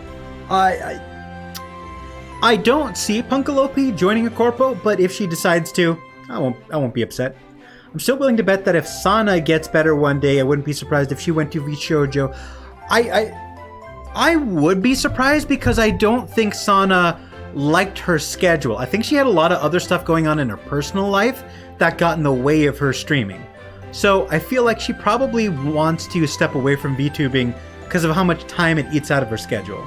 At least that's how I understood it. If she does come back, all the power to her, happy to have her back. I just don't think it's gonna happen personally. So you want to hear a funny story? Fighting game fan decides to stream himself playing an action JRPG and got bodied for not grinding his stats, and then he suddenly realizes that at the end of the stream. Okay. Oh god, you're near Cronyland? Yes, I am. Have you ever had a famous VTuber comment or watch your videos? Yes, I have! The most popular... I've had twice. Like, obviously Kyo has, like, commented on my videos, but he is not ultra mega famous. We're both news VTubers. I've had interactions with Depressed Nusagi, but again, he's not a big popular corpo. The 2 biggest names that I've had a great opportunity to interact with are Kimrai and Courage Ollie. So Courage Ollie commented on one of my compilations of her screaming. It was like top 5 Courage Ollie screams. And she was like, well, obviously you didn't watch my, horror game streams because there's a lot of great streams in there. And I was like, oh my god, she watched my video. I feel so loved. She watched my video. Ah! And then Kimrai not only commented on one of my videos, she actually, I DM'd her about the situation, and she ended up DMing me back, and we had a little bit of a conversation. Not anything in depth, mind you, just a little bit of back and forth. And because I was confused by the whole drama that she was going through, so I asked her some clarifying questions. And then after the video went up, I made an offhanded comment about her gender, because I had overheard a rumor that she was transgender, and I thought the rumor was might have some validity. So as an offhanded comment, I mentioned, I think someone mentioned she was trans. I don't know if she is. And then people picked up on that and were commenting about that. And then they went to Kimrai and they were like, oh my god, you're confirmed trans? And she was like, what? Where did you hear that? And then she saw my video where I mentioned, I think she might be trans. That's what I heard. And she was like, can you please correct your video? People are coming to me and making all these trans accusations. It's uncomfortable. And I was like, I'm sorry, I didn't mean to spread misinformation. It was an offhanded comment. It was not the point of the video. I'm so sorry. That was a stupid move. I shouldn't have mentioned rumors in the video. I should have stuck to the facts. I felt like a real piece of shit because she was so happy to have someone on her side defending her in her moment of, drama. For me to immediately, come around and spread some bullshit rumor, I felt like a real piece of shit, man. That ruined my day. That ruined my week. And then she hasn't talked to me since, and I'm upset. She's so nice. Kimrai is lovely. We exchanged maybe 5 sentences, but she was lovely. So I am upset that I upset her. Hey Beals, I thought you were an archdemon. Why are you talking in English? Demons speak all languages simultaneously, but unfortunately this is YouTube, so it can only pick up on one at a time. Oh God, you were a Florida man. I was. I do have Florida man stories if you want to hear them. Have you ever eat fried rice? Obviously. What? That's a goofy question. Of course I have. I just realized that this is Pokemon music. Is it? Am I listening to Pokemon music? No, this is Zelda music. Oh wait, it is! Oh yeah, that was 2 songs ago. Wow, I'm really behind on chat. Pokemon Brilliant Diamond. Oh yeah, you're right. So Beals, have you ever played a Dragon Quest game or a Final Fantasy game? I have not. I have nothing negative to say about JRPGs, other than the fact that the Pokemon is unironically the only JRPG that has ever kept my attention. There's walls and walls and walls of text in JRPGs, and I get bored and frustrated and give up. Ah, yes, Chibi, everyone's favorite gremlin. I love Chibi, man. Chibi's the best. 5, Kizuna Ai, great choice. Fubuki, great choice. Calliope Mori, excellent taste. Amelia Watson, 10 out of 10. Coco/Kason, again, rock solid picks. All great. I would watch more Fubuki if she spoke English as a first language. It's a shame that there's someone so funny and talented that I cannot understand. Beals, I don't remember if it's probably not important. Fair enough. Bruh, Hime hasn't been active in months. That's because Hime has got other stuff going on with her. I feel like we can say that Hime, talk about her identity. I feel like it's a worst kept secret, right? In fact, before I say anything, I'll pull up the video. Worst kept secret VTuber. Yeah, okay, yeah. I'm not the only one. I'm not doxing anything. This is well known. This is...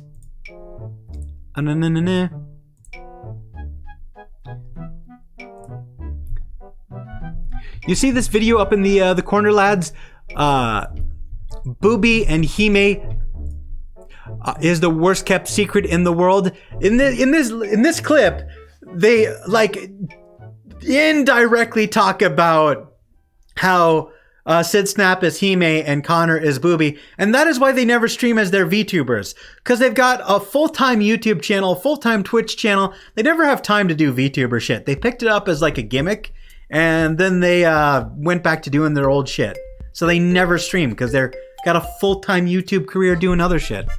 So yeah, it's a shame. I think they're entertaining creators, but that's why you never hear from them. They're full-time creators. Kozaka-chan. Hi! Hello, Kazaku! Welcome. Do you play Valorant? I do not. What's your favorite gaming music OST? Persona 4. You ever play indie games? I do, but not often. Yeah, he made basically an open secret, just like Booby and Kason. Absolutely. I think Kason is the biggest open book, honestly. Bro, Kason can't even be qualified as a secret because she's literally, like, said it multiple times. Like, Connor and Sid Snap try to be coy about it, but Kason has, like, openly admitted it, right? Like, Connor and Kason are, like, being cheeky, but Kason is, like, literally not a secret. It's the same channel, you know what I'm saying?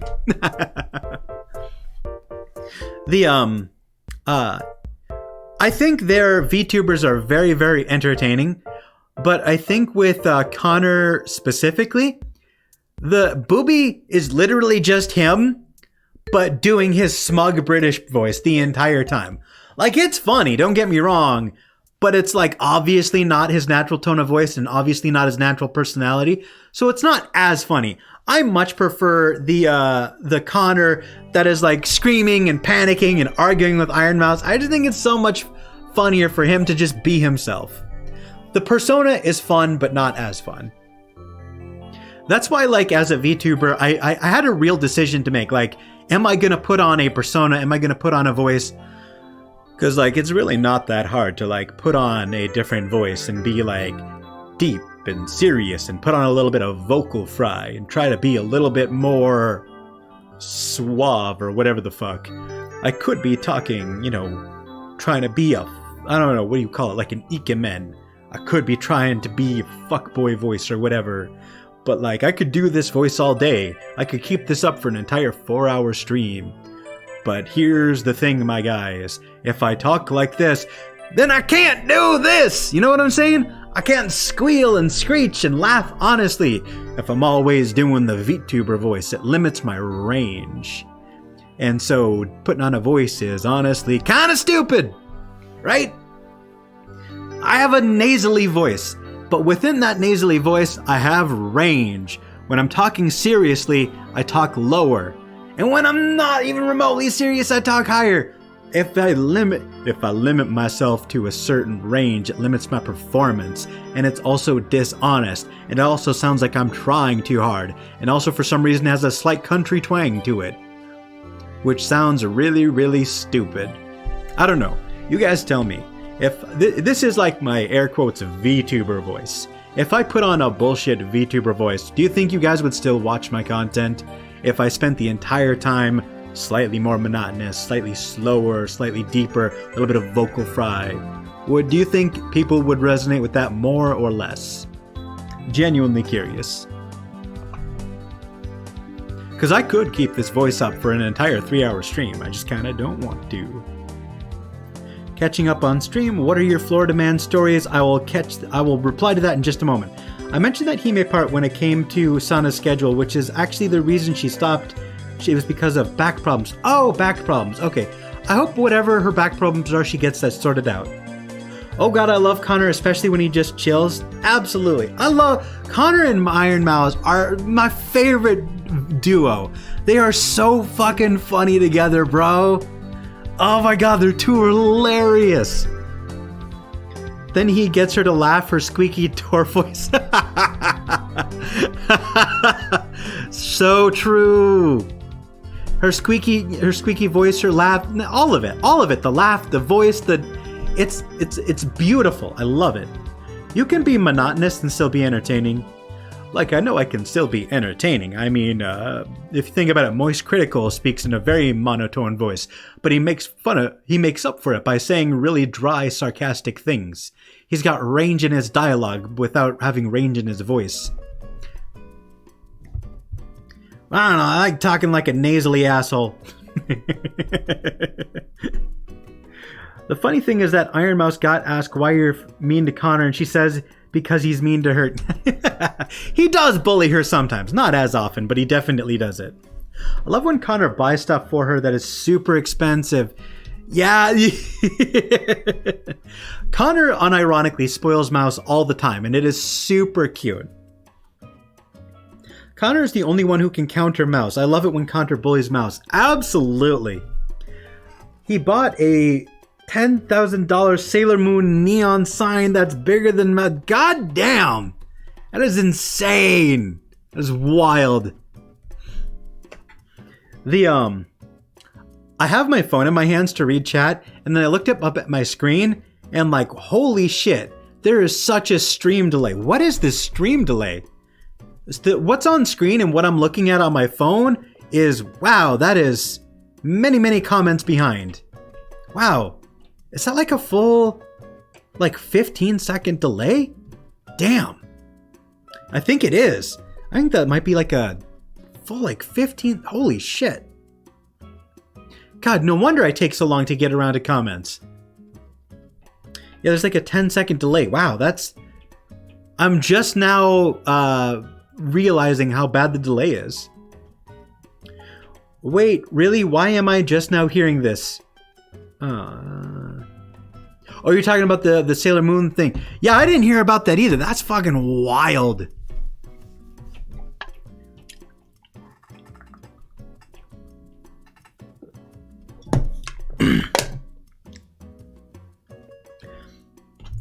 What VTuber would you love to watch your channel that hasn't? Kson, Mouse, Hololive? That's a good question. I mean, honestly, Courageale and Kobokanaru are easily two of my favorite VTubers in the whole world. If I found out that they unironically watched my videos, I would die. Bro, if either of those content creators just told me, hey, I really thought your Skyrim videos were funny, this whole channel would be a Skyrim channel in an instant. Fuck the news. Bro, that's all it would take. If Ollie left a comment like, I thought your Skyrim videos were funny, Boom, new channel. Fuck y'all. Never making a news video again. That's all it would take, man. I would kill. He's cool for taking her to Japan. I agree. I saw that stream where like he was like, he had his phone out and Mousy was on his phone and he was like showing her around. That was actually really sweet. That was so cool. I like how he kind of took her for a walk, even though she's bedridden, to sort of give her the experience of walking about town. That was heartwarming. I love Mousy and I love Connor. What an absolute duo. Also, not to mention all the cinnamon rolls. Wow, absolutely, dude. Ollie shows up, now the stream ends due to heart attack. Couragey Ollie is like, I don't use the term Oshi a lot, because like, I feel like Japanese words are overused sometimes and people don't always know what they mean. But no, Couragey Ollie, not just my Oshi, she's my Kami Oshi. That's God tier streamer. She's so fucking funny. She's got so much energy. Like, did you see her debut? Who else starts their debut with an ear-splitting scream? She has so much energy and personality, and she speaks 3 fucking languages, dude. She's so cool and interesting and funny, and oh my god. And I know this is stupid and not something I should judge a VTuber based on, because I know it doesn't matter, but like, all of these female VTubers have like lewd designs, right? You know? And all of their fan art is like super lewd. Like even Gura, who doesn't have a lewd model, however, like fan art is like super lewd. But Ollie, because she's a zombie, her model isn't lewd and her fan art is also not lewd. So it's like the only VTuber art tag I can actually browse without getting bombarded with ecchi and borderline hentai. You know what I'm saying? So like, as someone who is ace, who's not super into the whole, you know, massive titties thing, it's a nice change of pace. It's a relief. It's like, I can watch the streamer and not be bombarded by things that make me uncomfortable. You know? It's the cherry on top. I'd watch her regardless.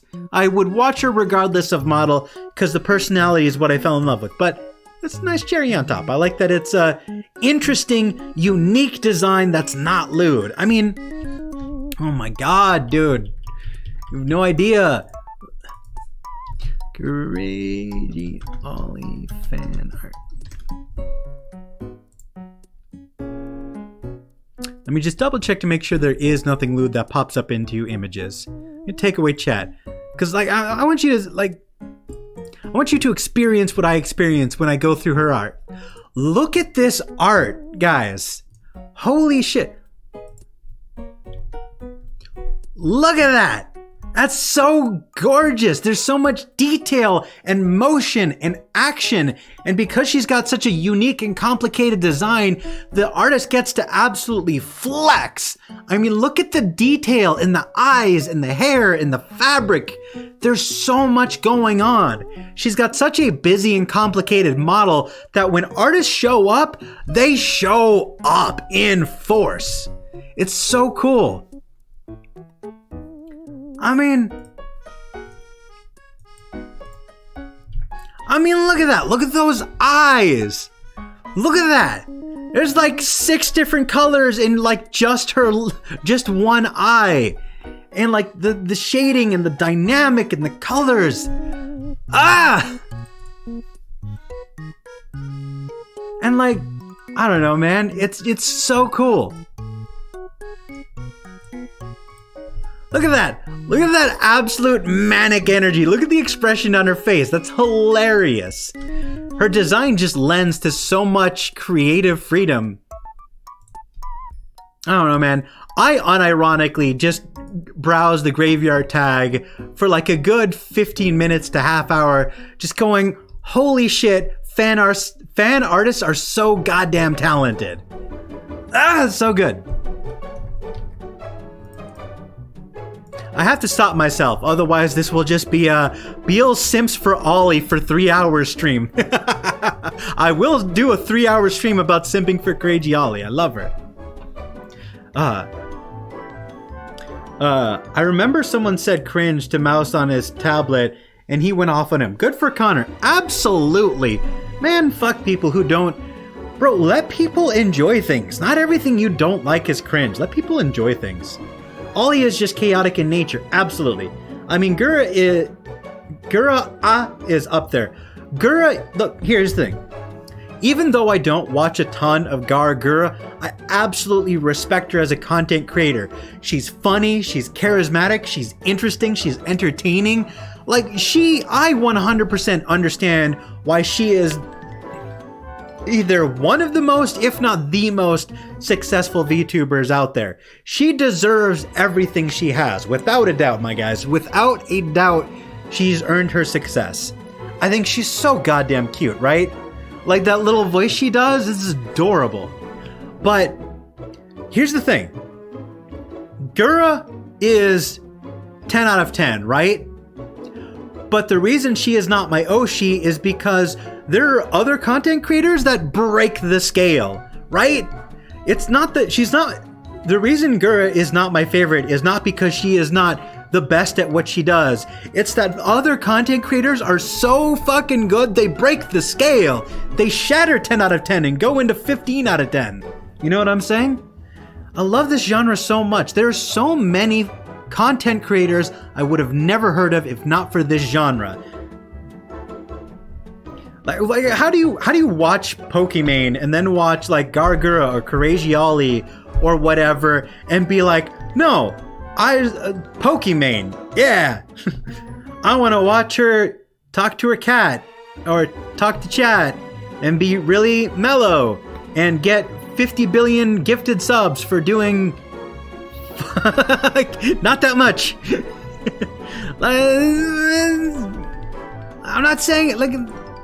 I'm just saying, like, there's so much top-tier talent that has been brought to the forefront by the existence of Hololive and Niji Sanji. Oh god, Gura art is super lewd. It is, and she is a lolly, which... Look, I'm not here to call everyone who's a lolicon a literal pedophile. Like, obviously, you can be a fan of something without practicing it IRL, but it still makes me hella uncomfortable, and I don't like it.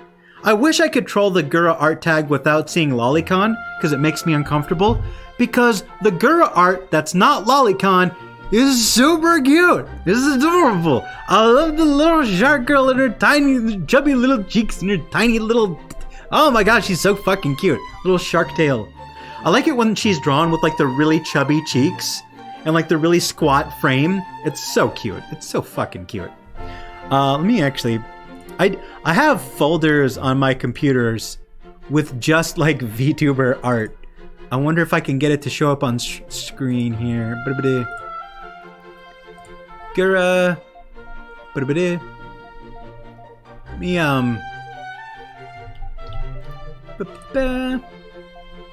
I think I can get this to all show up. Blip. Window capture. Yeah! Look at that! Isn't this so cute? Look at those chubby cheeks. Stealing hearts and blasting farts. Let's go, gamers. Hell yeah. Look at that. This is so cute. This is so cute. I love it. I like the chibi art style a lot. Like this style of chibi, right? The big head, the chubby cheeks, the big old dot eyes. I don't know what it is about it. This. I wish I could browse the Gura art tag and just see the cute shit, right? I'm here for the cute. Show me the cute. I mean, look at that. She's snuggling in it. That's so cute. Oh my god, I'm gonna explode. It's so adorable.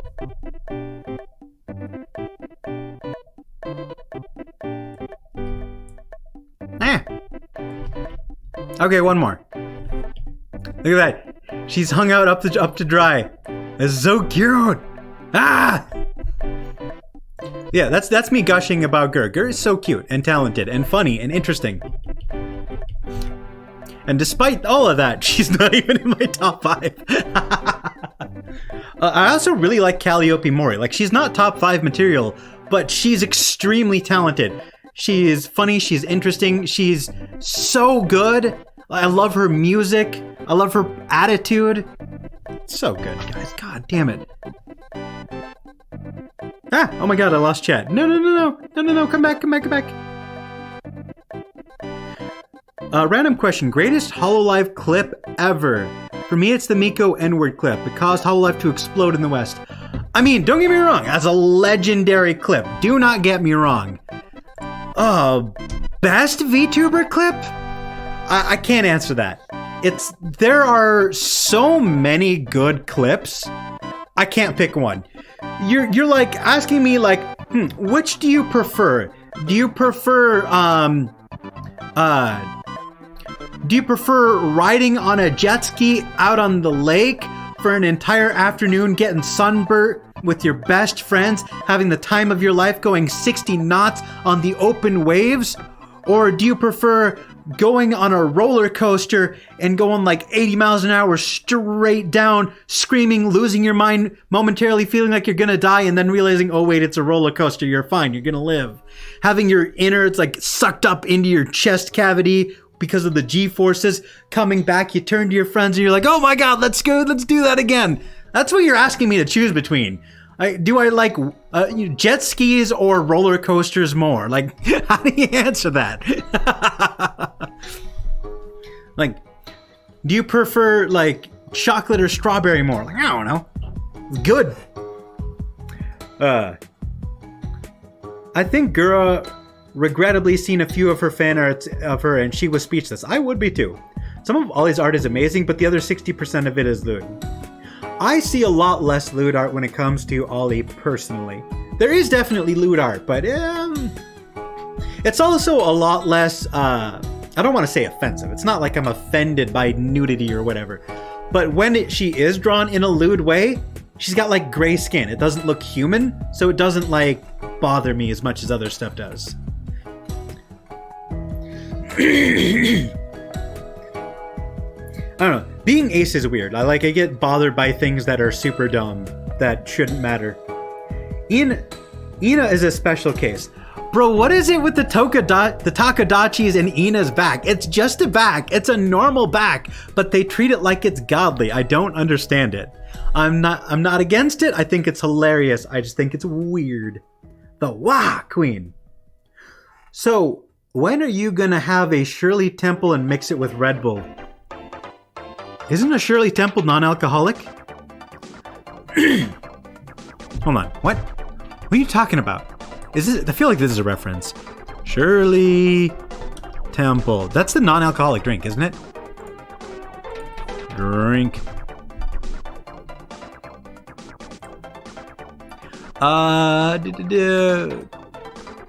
Grenadine, white soda, and maraschino cherry. Yeah, I don't know what you're talking about.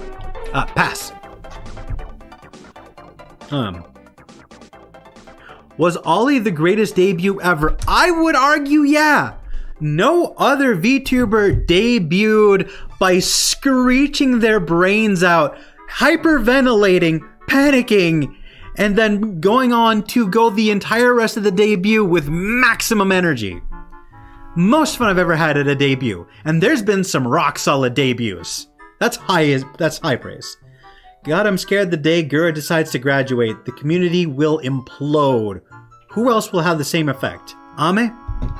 Bro, Gura, even though Gura is not Mayoshi by any means, I respect her so much. I love her content so much. And she is my introduction to VTubing. That clip, that world famous A heard round the world, that was my introduction to VTubing. She is my first. She got me into this. She inspired me to become a VTuber. And it bothers me so much to think that one day she's just gonna be gone. At some point in her life, she's gonna have better shit to do, or graduate, or get fired, or get canceled, or whatever, or get sick. Something's gonna happen, and she's not gonna be a part of my life anymore.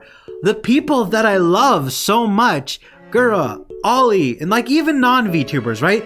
Even non-VTubers, right? There's so many content creators that are eventually just gonna not be a part of my life, and I just gotta deal with that? Like, they're not dying, but it kinda is gonna feel like it. So many great content creators have been so impactful in my life, and one day they're gonna be gone. I won't play it because of copyright. I won't play it because of copyright, but God, Wii music is Gargura your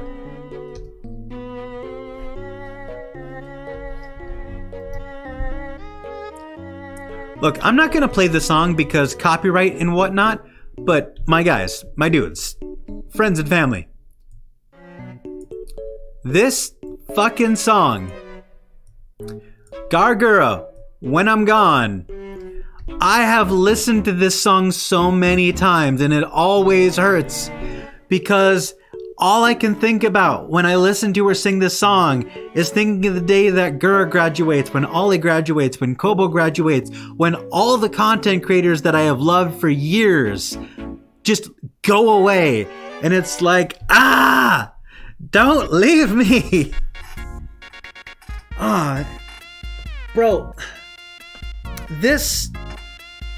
I mean, and again, it's not just VTubers, Markiplier, Jacksepticeye, a whole bunch of other people you've probably never heard of. You know what I'm saying? There are... let me go ahead and... I'm going to turn off screen share and go to my subscriptions page. Because you never know with some of these thumbnails, right? Let me just scroll through real quick. Like, Danny Mata is a great example. Danny Mata is like brand new to my like YouTube subscriber feed. Instantly fell in love with the guy. He's fucking hilarious. Or like Brennan Lee Mulligan. Hilarious. What is it? Brian David Gilbert. Hilarious.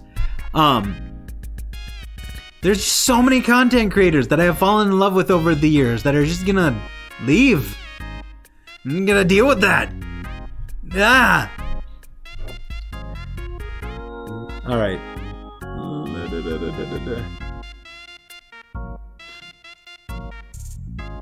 The lip line. Yes.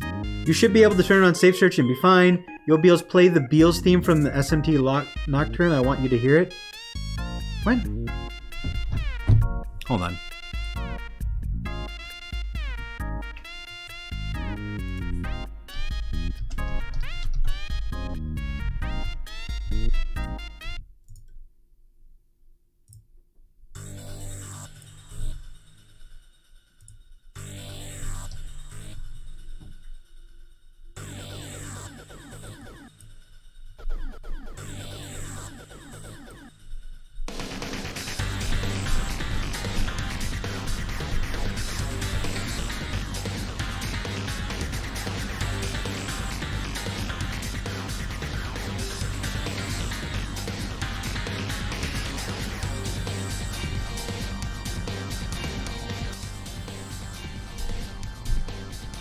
Yeah, I can vibe with that. That's a bop. Absolutely.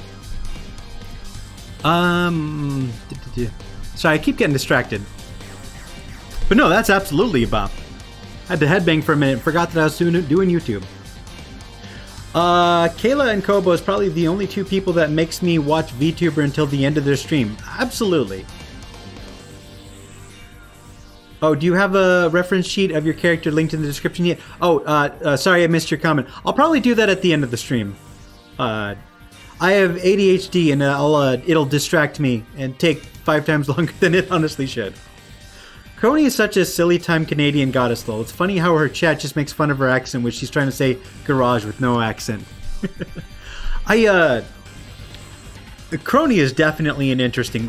Crony is just a bizarre person in general, right? Like eating, like, what, nothing but Subway sandwiches, getting like 6 of them, and letting them go stale? Bro, who make sandwiches at home? Like, at some point, it's just cheaper to get bread, meat, and cheese at home, right? Come on. Come on, Crony. The Red Bull was a Punkalope reference. But what about the Shirley Temple? Did you see Bettle's debut? I did! Bettle was hilarious. Not as good as Ollie in my opinion, but definitely a 10 out of 10. He is genuinely entertaining. I had a lot of fun with all of the Gen 2 Tempest Boys streams. They were bringing personality right from the get-go. And I love how all the boys were super chaotic, and then we get to I forget his name. Abs Man, Captain Abs. You know, Daddy Pectorals. And he was just like, you know, everyone's been so high energy and chaotic, and then he's like, hey everybody, let's take it down a notch. Let's just relax. Like, it was such a nice change of pace. That was such a fun... God, it was like, what, an hour each? Plus the collab? I watched 5 hours of VTuber content. And I was never bored. So, absolutely. Zelda BGM copyright? I hope not. Not even lying, he was a fan of the feminine backside wave before Ina meme. It was a wild time for little old me. I'm not for or against it, I just don't understand it. I mean, it's like a back. Like, I don't... Like, I see the fan art of Ina's back, and it's like, it's very well drawn, but it's like... A back? You know what I mean? Like, there are certain body parts I just don't understand. Like feet, for example. I don't, it does not compute, right? The whole thing is like, not bad. I've nothing against it. It's just like, it doesn't compute. People are begging Hololive to make an EN3. Yes, they are, and I hope they do. Funny you mentioned first VTuber, unironically, Project Melody is what made me fall down this rabbit hole. Really? Interesting.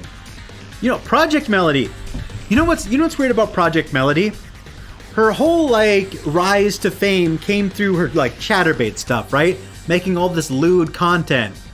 But the thing is, I only know her from completely safe for work clips, and I think she's fucking hilarious. Like, obviously I have no desire to watch her Chatterbait stuff, but it's kind of cool that I don't have to enjoy her content. She is unironically so fucking funny. I love Melody. She's great. 10 out of 10. Greatest Gura song is Fly Me to the Moon slow version. Absolutely. 10 out of 10. Unironically have a Gura version of Believer downloaded. 10 out of 10. Great taste. When I heard Gura sing Fly Me to the Moon in slow version, Holy Mother of God, where did Yagoo find her? It's good. Quality content. This is why Shoji Meguro is a musical god. Don't recognize that name. Okay, understandable. I can wait till the end. I appreciate it. Shinri. Why is Gura obsessed with feet? I don't know. Bro, do we have any foot bros in chat? What is it about feet? What is it about the toesies? I don't get it. Little toe beans. What? Your feet. You walk on them. They smell bad sometimes. What? What is it? What? Someone once told me, like, oh, the part of your brain that's aroused is connected to the part of your brain that, like, feet. Like, what? I don't know, man. Feet. What quality? Like, okay, foot bros in chat. Do we have any foot bros in chat? Honestly, like, what's a quality foot, right? Like, okay, like titties, I get. People have preferences for different sizes. People like it when they're round and firm and perky and whatever, right? You squish them, squash them, sure, whatever, I get it. You know, butts, sure, perky, firm, huge. Those are the qualities that people like about booties, right? People who like asses like big asses. Cool, I get it. But what about feet? What do you like? Big toes? Long toes? Short toes? Small toes? Do you like arched heels? Do you like dirty feet? Clean feet? Like what is a quality foot? I get all the body parts except for, like, it's kind of like when women tell me that they're, like, attracted to, like, big hands. It's like, it's a hand. You see, how can that even be a fetish? You see them literally every day. Everyone has hands. You see them every day. If you're turned on by hands, how do you function? How do you function if you're attracted to hands? You see thousands of... If you go into public, you see hundreds of hands. How do you not just explode with lust? Like, what? How? What? I don't understand it. I'm not against it. It doesn't compute. I have a giantess fetish, so it's not weird. I mean, I suppose compared to giantess, it's not that weird. It's just, It just doesn't compute. I never understood it either. Neurons is what affects the horny. I don't know, man. Neurons are weird. Girl likes feet so much, there's a clip of montages of it. That is hilarious. Toe is not too long for me, I guess. Okay. All hail that cat. We talking about feet now? Apparently. Ain't nothing wrong with a 50-foot girl. Absolutely not. Who's that, who's that one, how am I blanking on the name? How am I, I'll just put in the keywords. Princess, pig, pervert, broken sword. Yeah, there's Hawk. What's the name of the giantess? What anime is this from? Is it Seven Deadly Sins? Yeah, okay. Seven Deadly Sins. Giant girl. Diane! Okay. Diane, Seven Deadly Sins.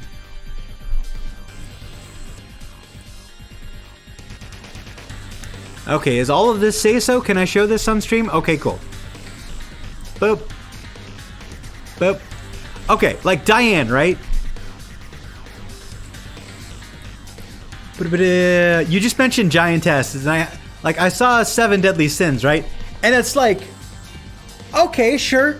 She's got the typical body type that people find attractive, but she's also going to literally crush you. You cannot snoo this woman. She is too big. What do you anticipate on being able to do to this 50-foot story woman? She's going to squish you, and then you die, and then you cannot be horny anymore. What?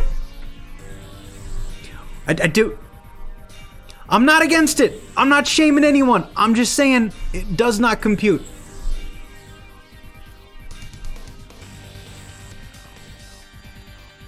She's a great character too. Like 10 out of 10 character. It's a very entertaining anime. At least the first season was.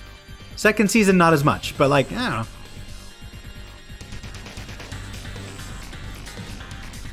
That took me way longer than it should have to remember Diane from Seven Deadly Sins. I've watched the entire first season.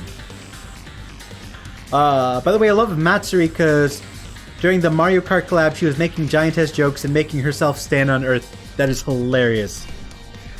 Diane, Seven Deadly Sins, thank you. Hi, Beelzebub. Hi, Leaf. How's it going? Diane and Mount Lady. Yeah, Mount Lady, too. Like, I don't care. I die happy. All right, man. You do you, buddy. If that is what makes you happy, then I am happy for you.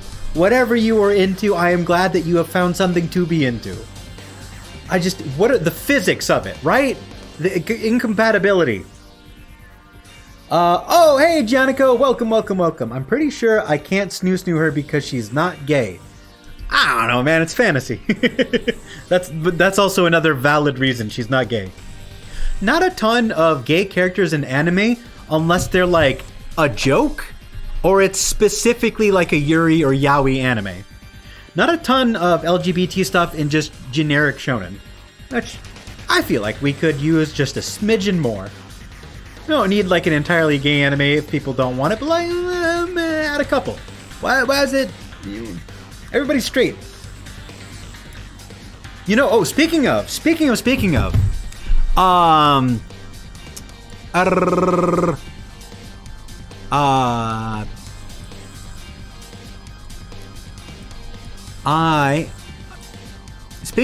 LGBT in anime, I have a second channel where I talk about anime, and I ranked the best asexuals in anime.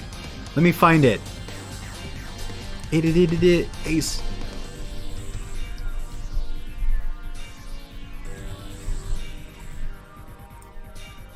There we go.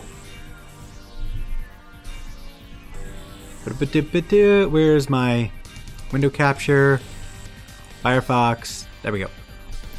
So yeah, I have a second channel, Beals vs. Anime, And if you want to know my opinions on asexuality in anime, I ranked the asexual legends of anime, my top 10 asexual men in anime, because I realized that while in anime most of the characters are straight, there's a shockingly high amount of representation for people who just don't give a shit about sex. And I think it's hilarious, and I love it. I love the fact that, like, they're never, like, specifically addressed as ace, right? They never explicitly call it out. But, like, my dude Luffy is getting a full frontal face full of titty, and he's, like, not interested. It's like, that's not meat. There is a shockingly high amount of ace representation, probably more ace representation than gay representation, to be honest. Let's see. At least she has one size fits all clothing. Very true. I have a muscle fetish, honestly, like Mikasa. Bro, even as an asexual who is not, you know, sexually attracted to people, I gotta say, muscle girls, holy shit. Like, I like muscular, the aesthetic of muscular in general, but like we see muscular dudes all the time, right? That's normal, so it's not weird. But like we see so few muscular women that when I do see it, I'm like, holy shit, that's so impressive. I like the aesthetic, right? I think it looks cool. And you don't see a lot of it, which makes it more visually interesting. Mikasa doing like the sit-ups, I thought that was badass, dude. Owl House is LGBTQ. I have not seen it. I have heard of it. I believe that's a Disney animation. I'm running out of things to talk about. That is fine. I will probably end stream in not too much longer. My voice is getting destroyed. There is one trans character in that one anime where angels were making animals. Her name was Venus, and she was awesome. Awesome. Does anyone have a thing for thick thighs? Nope. No, well, to be fair, I don't have a thing for anything. Is Kazuma and the dude from To Love Ru on there? No, Kazuma's not ace. Unless we're thinking of two different Kazumas. I'm thinking of Kazuma from Konosuba, and he is definitely not ace.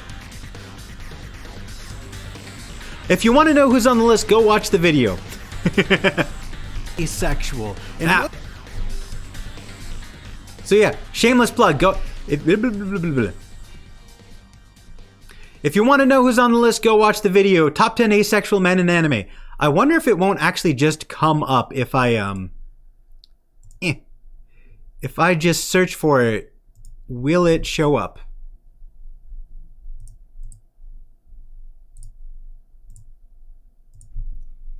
Let me pull up Chrome. Top 10 asexual men in anime. I can't imagine too many other people have even made that video, right? Wow! Oh, wait. For a split second, I thought somebody else had genuinely...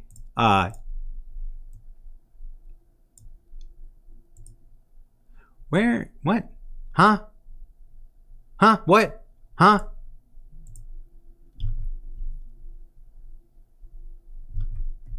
Why is... God damn it. Okay, so for some reason, Chrome is not cooperating at all. But, did we reach the end? God, I don't like Wii music at all.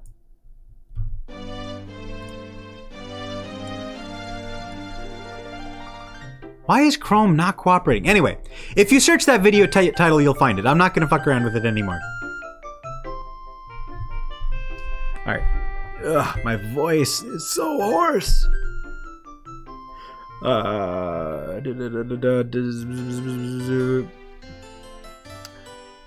Thick thighs save lives, so I've heard. I like thick thighs. Zelda, absolutely.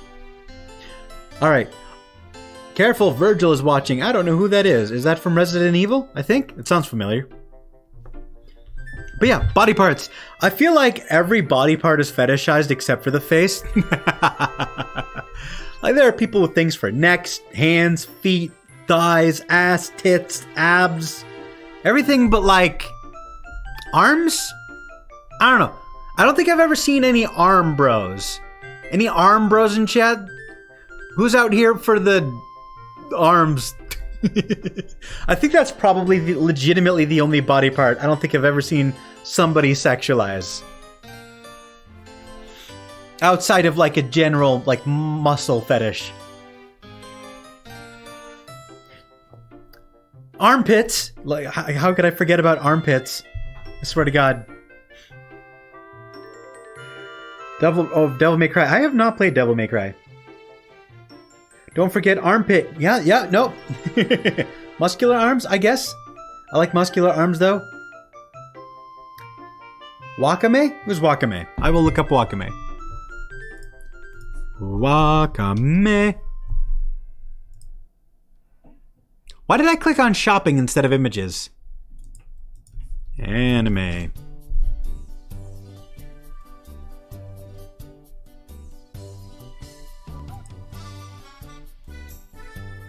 Oh, the maid?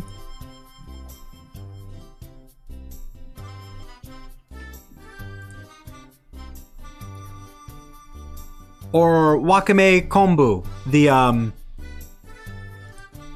which one? I don't think I'm gonna show this on stream. Like, I really like the anime. The Great Jahi Will Not Be Defeated. Like, I genuinely like the anime. The lolly form is just a smidgen, just a smidge, too much. Just a smidge. Still enjoyed it though. Okay, yeah, there's putting in Wakame anime is not pulling up the most say-so of results. Did I show that on stream anyway? God damn it. I didn't mean to have that full screen. Oh wait, whatever. Facial hair. I hate facial hair, but then again, I'm mostly gay. That's fair. My bad, I meant Watame. Oh!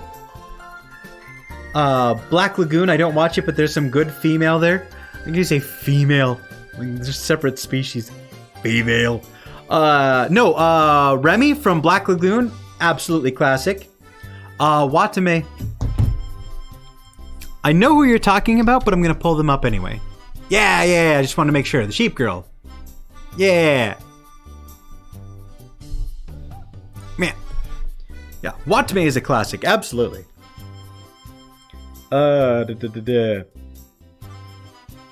Also, scar like body scar. Scars are cool. Like scars, tattoos, all that jazz. Like, it's pretty cool stuff. I can see why people are into that. What's funny is like some of the things that like people are like into are just things that are also like badass. So it's like I'll be talking about how much I like them and everybody thinks I'm like horny for it. Like that's my fetish, and it's like, no, I just think it's cool.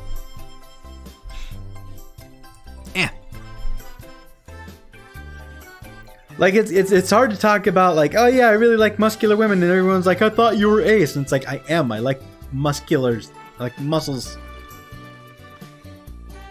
Yeah. All right, I think I'm gonna stay on for a couple more minutes and then sign off. I am getting so wiped. How long have I been streaming for? 4 hours. All right, yeah. that is long for me. Slash me stares at scars. Hey, they're visually interesting. I am not a native English speaker, so sometimes I confuse words of male, men. That's totally fine.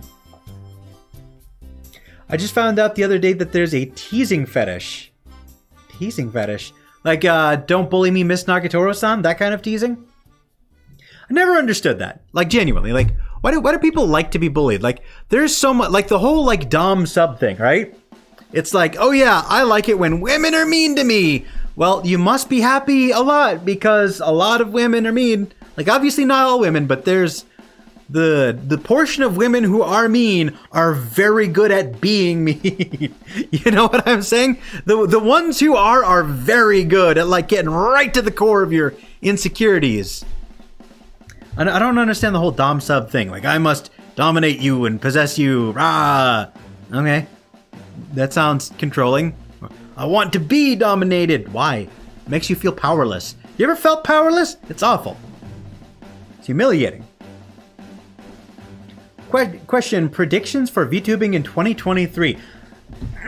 I predict that a lot of indies are going to graduate, because I feel like it's been like, what, 3 years now at this point since VTubing became a thing? We saw a lot of graduation. We see a lot of graduations every year, because I feel like even though we're like 3 years into this, there are still people who are joining for the gimmick, thinking it's going to get them quick success, and then it doesn't, and then they give up. So a lot of small indies probably going to graduate. I expect we're probably going to see 1 or 2 or 3 graduations from Hololive and Niji Sanji. I don't know who's going to graduate, but I expect a couple to be sprinkled throughout. I think that we are probably... I predict that Hololive is going to do something that's going to aggravate the fans regarding their talents that I won't think is a big deal, but the fan is going to get really pissed off about. Because I swear that happens every year. There's always some nonsense where the fans get bent out of shape over what I don't think is a big deal. I expect Niji Sanji to add approximately 64 new generations or 64 new VTubers. I swear to God. And I suspect that even a year later, there will still be VTuber news to talk about, because this community is chaotic as fuck. Can't deny that heterochromia isn't attractive, if not sexually in some way, shape, or form. I love heterochromia. Are you kidding me? It looks so fucking cool. I usually just say male, though. That's fine. How did she bully him? She literally grabbed his junk on episode 2. I don't know. I didn't watch it. I'm not into lollies and I'm not into bullying, so when I saw a lolly on the cover of Don't Bully Me, Miss Nagatoro, I was like, that one's a miss. That one's a pass for me, dog. I don't see the appeal. I like strong women because I can feel safe also. Also muscle. Totally valid. Will anyone graduate from Hololive? I don't know. Strong possibility. Well, the DS thing is a bit more complicated. I'm sure it is. I'm sure it's like there's some nuance to it that I just don't understand. I mean, I'm already, like anything sexual, I'm attacking at a disadvantage. So as soon as we start to extrapolate away from like vanilla stuff, I'm even more lost than I already was. You know what I'm saying? It's like, I don't understand coding at all. So when someone is like, brings up not just coding, but they bring up like HTML, not only was I already lost, now I'm crazy lost. I got no idea where we're going.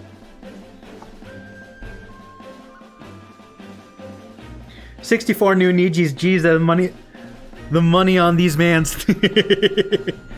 I expected VShojo to bring 1 or 2 more people. They might.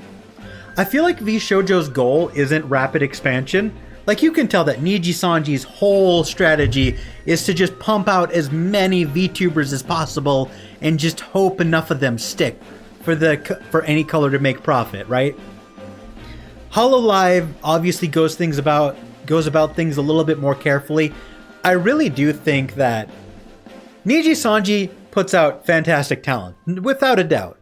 But they put out so many talents that a lot of them don't really get a chance to shine. And sometimes they'll release a talent that is like good, but not like epic tier. Like Renzoto. Renzoto is fine, right? I don't have any issues with Renzoto whatsoever. But is he necessarily at the same caliber as like, you know, say like Gura or Akali? Like, is he as interesting? Is he as impactful? Is he as talented? You know what I mean? It's like, you know, you've got a lot of Niji Sanji members that are great, but are not triple S tier, that are like making it hard to like get into Niji Sanji, because it's hard to like sort through all of the, you know, 9 out of 10s to get to the 10 out of 10s. It just makes the organization so much more dense and hard to get into.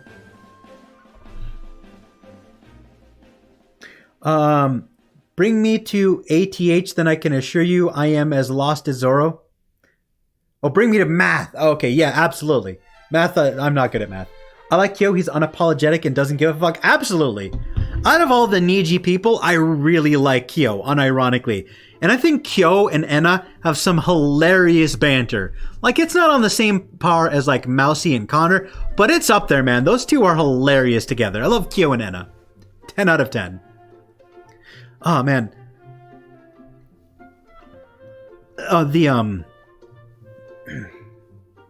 Yeah, I think I am about out of it. Yeah, I think I'm gonna end stream right about here. I am beat. It is shockingly tiring to stream for 4 hours. You know what's funny? I can be a dungeon master, like play D&D for 4 hours and be fine. But something about live streaming and just the nonstop talking and like engaging with like, 7, 8, 9, 10 people. It's something else. I genuinely appreciate everybody for coming out. I appreciate everybody being active and making the stream as interesting. I had like 3 things I wanted to talk about. Y'all gave me 4 hours of content. That is awesome. Just staying on top of like 7 people is like all I can do to stay on top of. Oh my God. What am I gonna do if I actually explode and have like 100 people in chat on a stream? How am I gonna keep up? How do people pick and choose what comments to reply to, right? And what do you do when chat is just whizzing by at 400 miles an hour? I suppose that's the whole point of super chats, right? At some point you have to switch to just being super chat only. What is this? Yeah. Mental fatigue, panic, going to panic, practicing now. Yep. All right, but thank you all for showing up. Love you all. You guys are the best.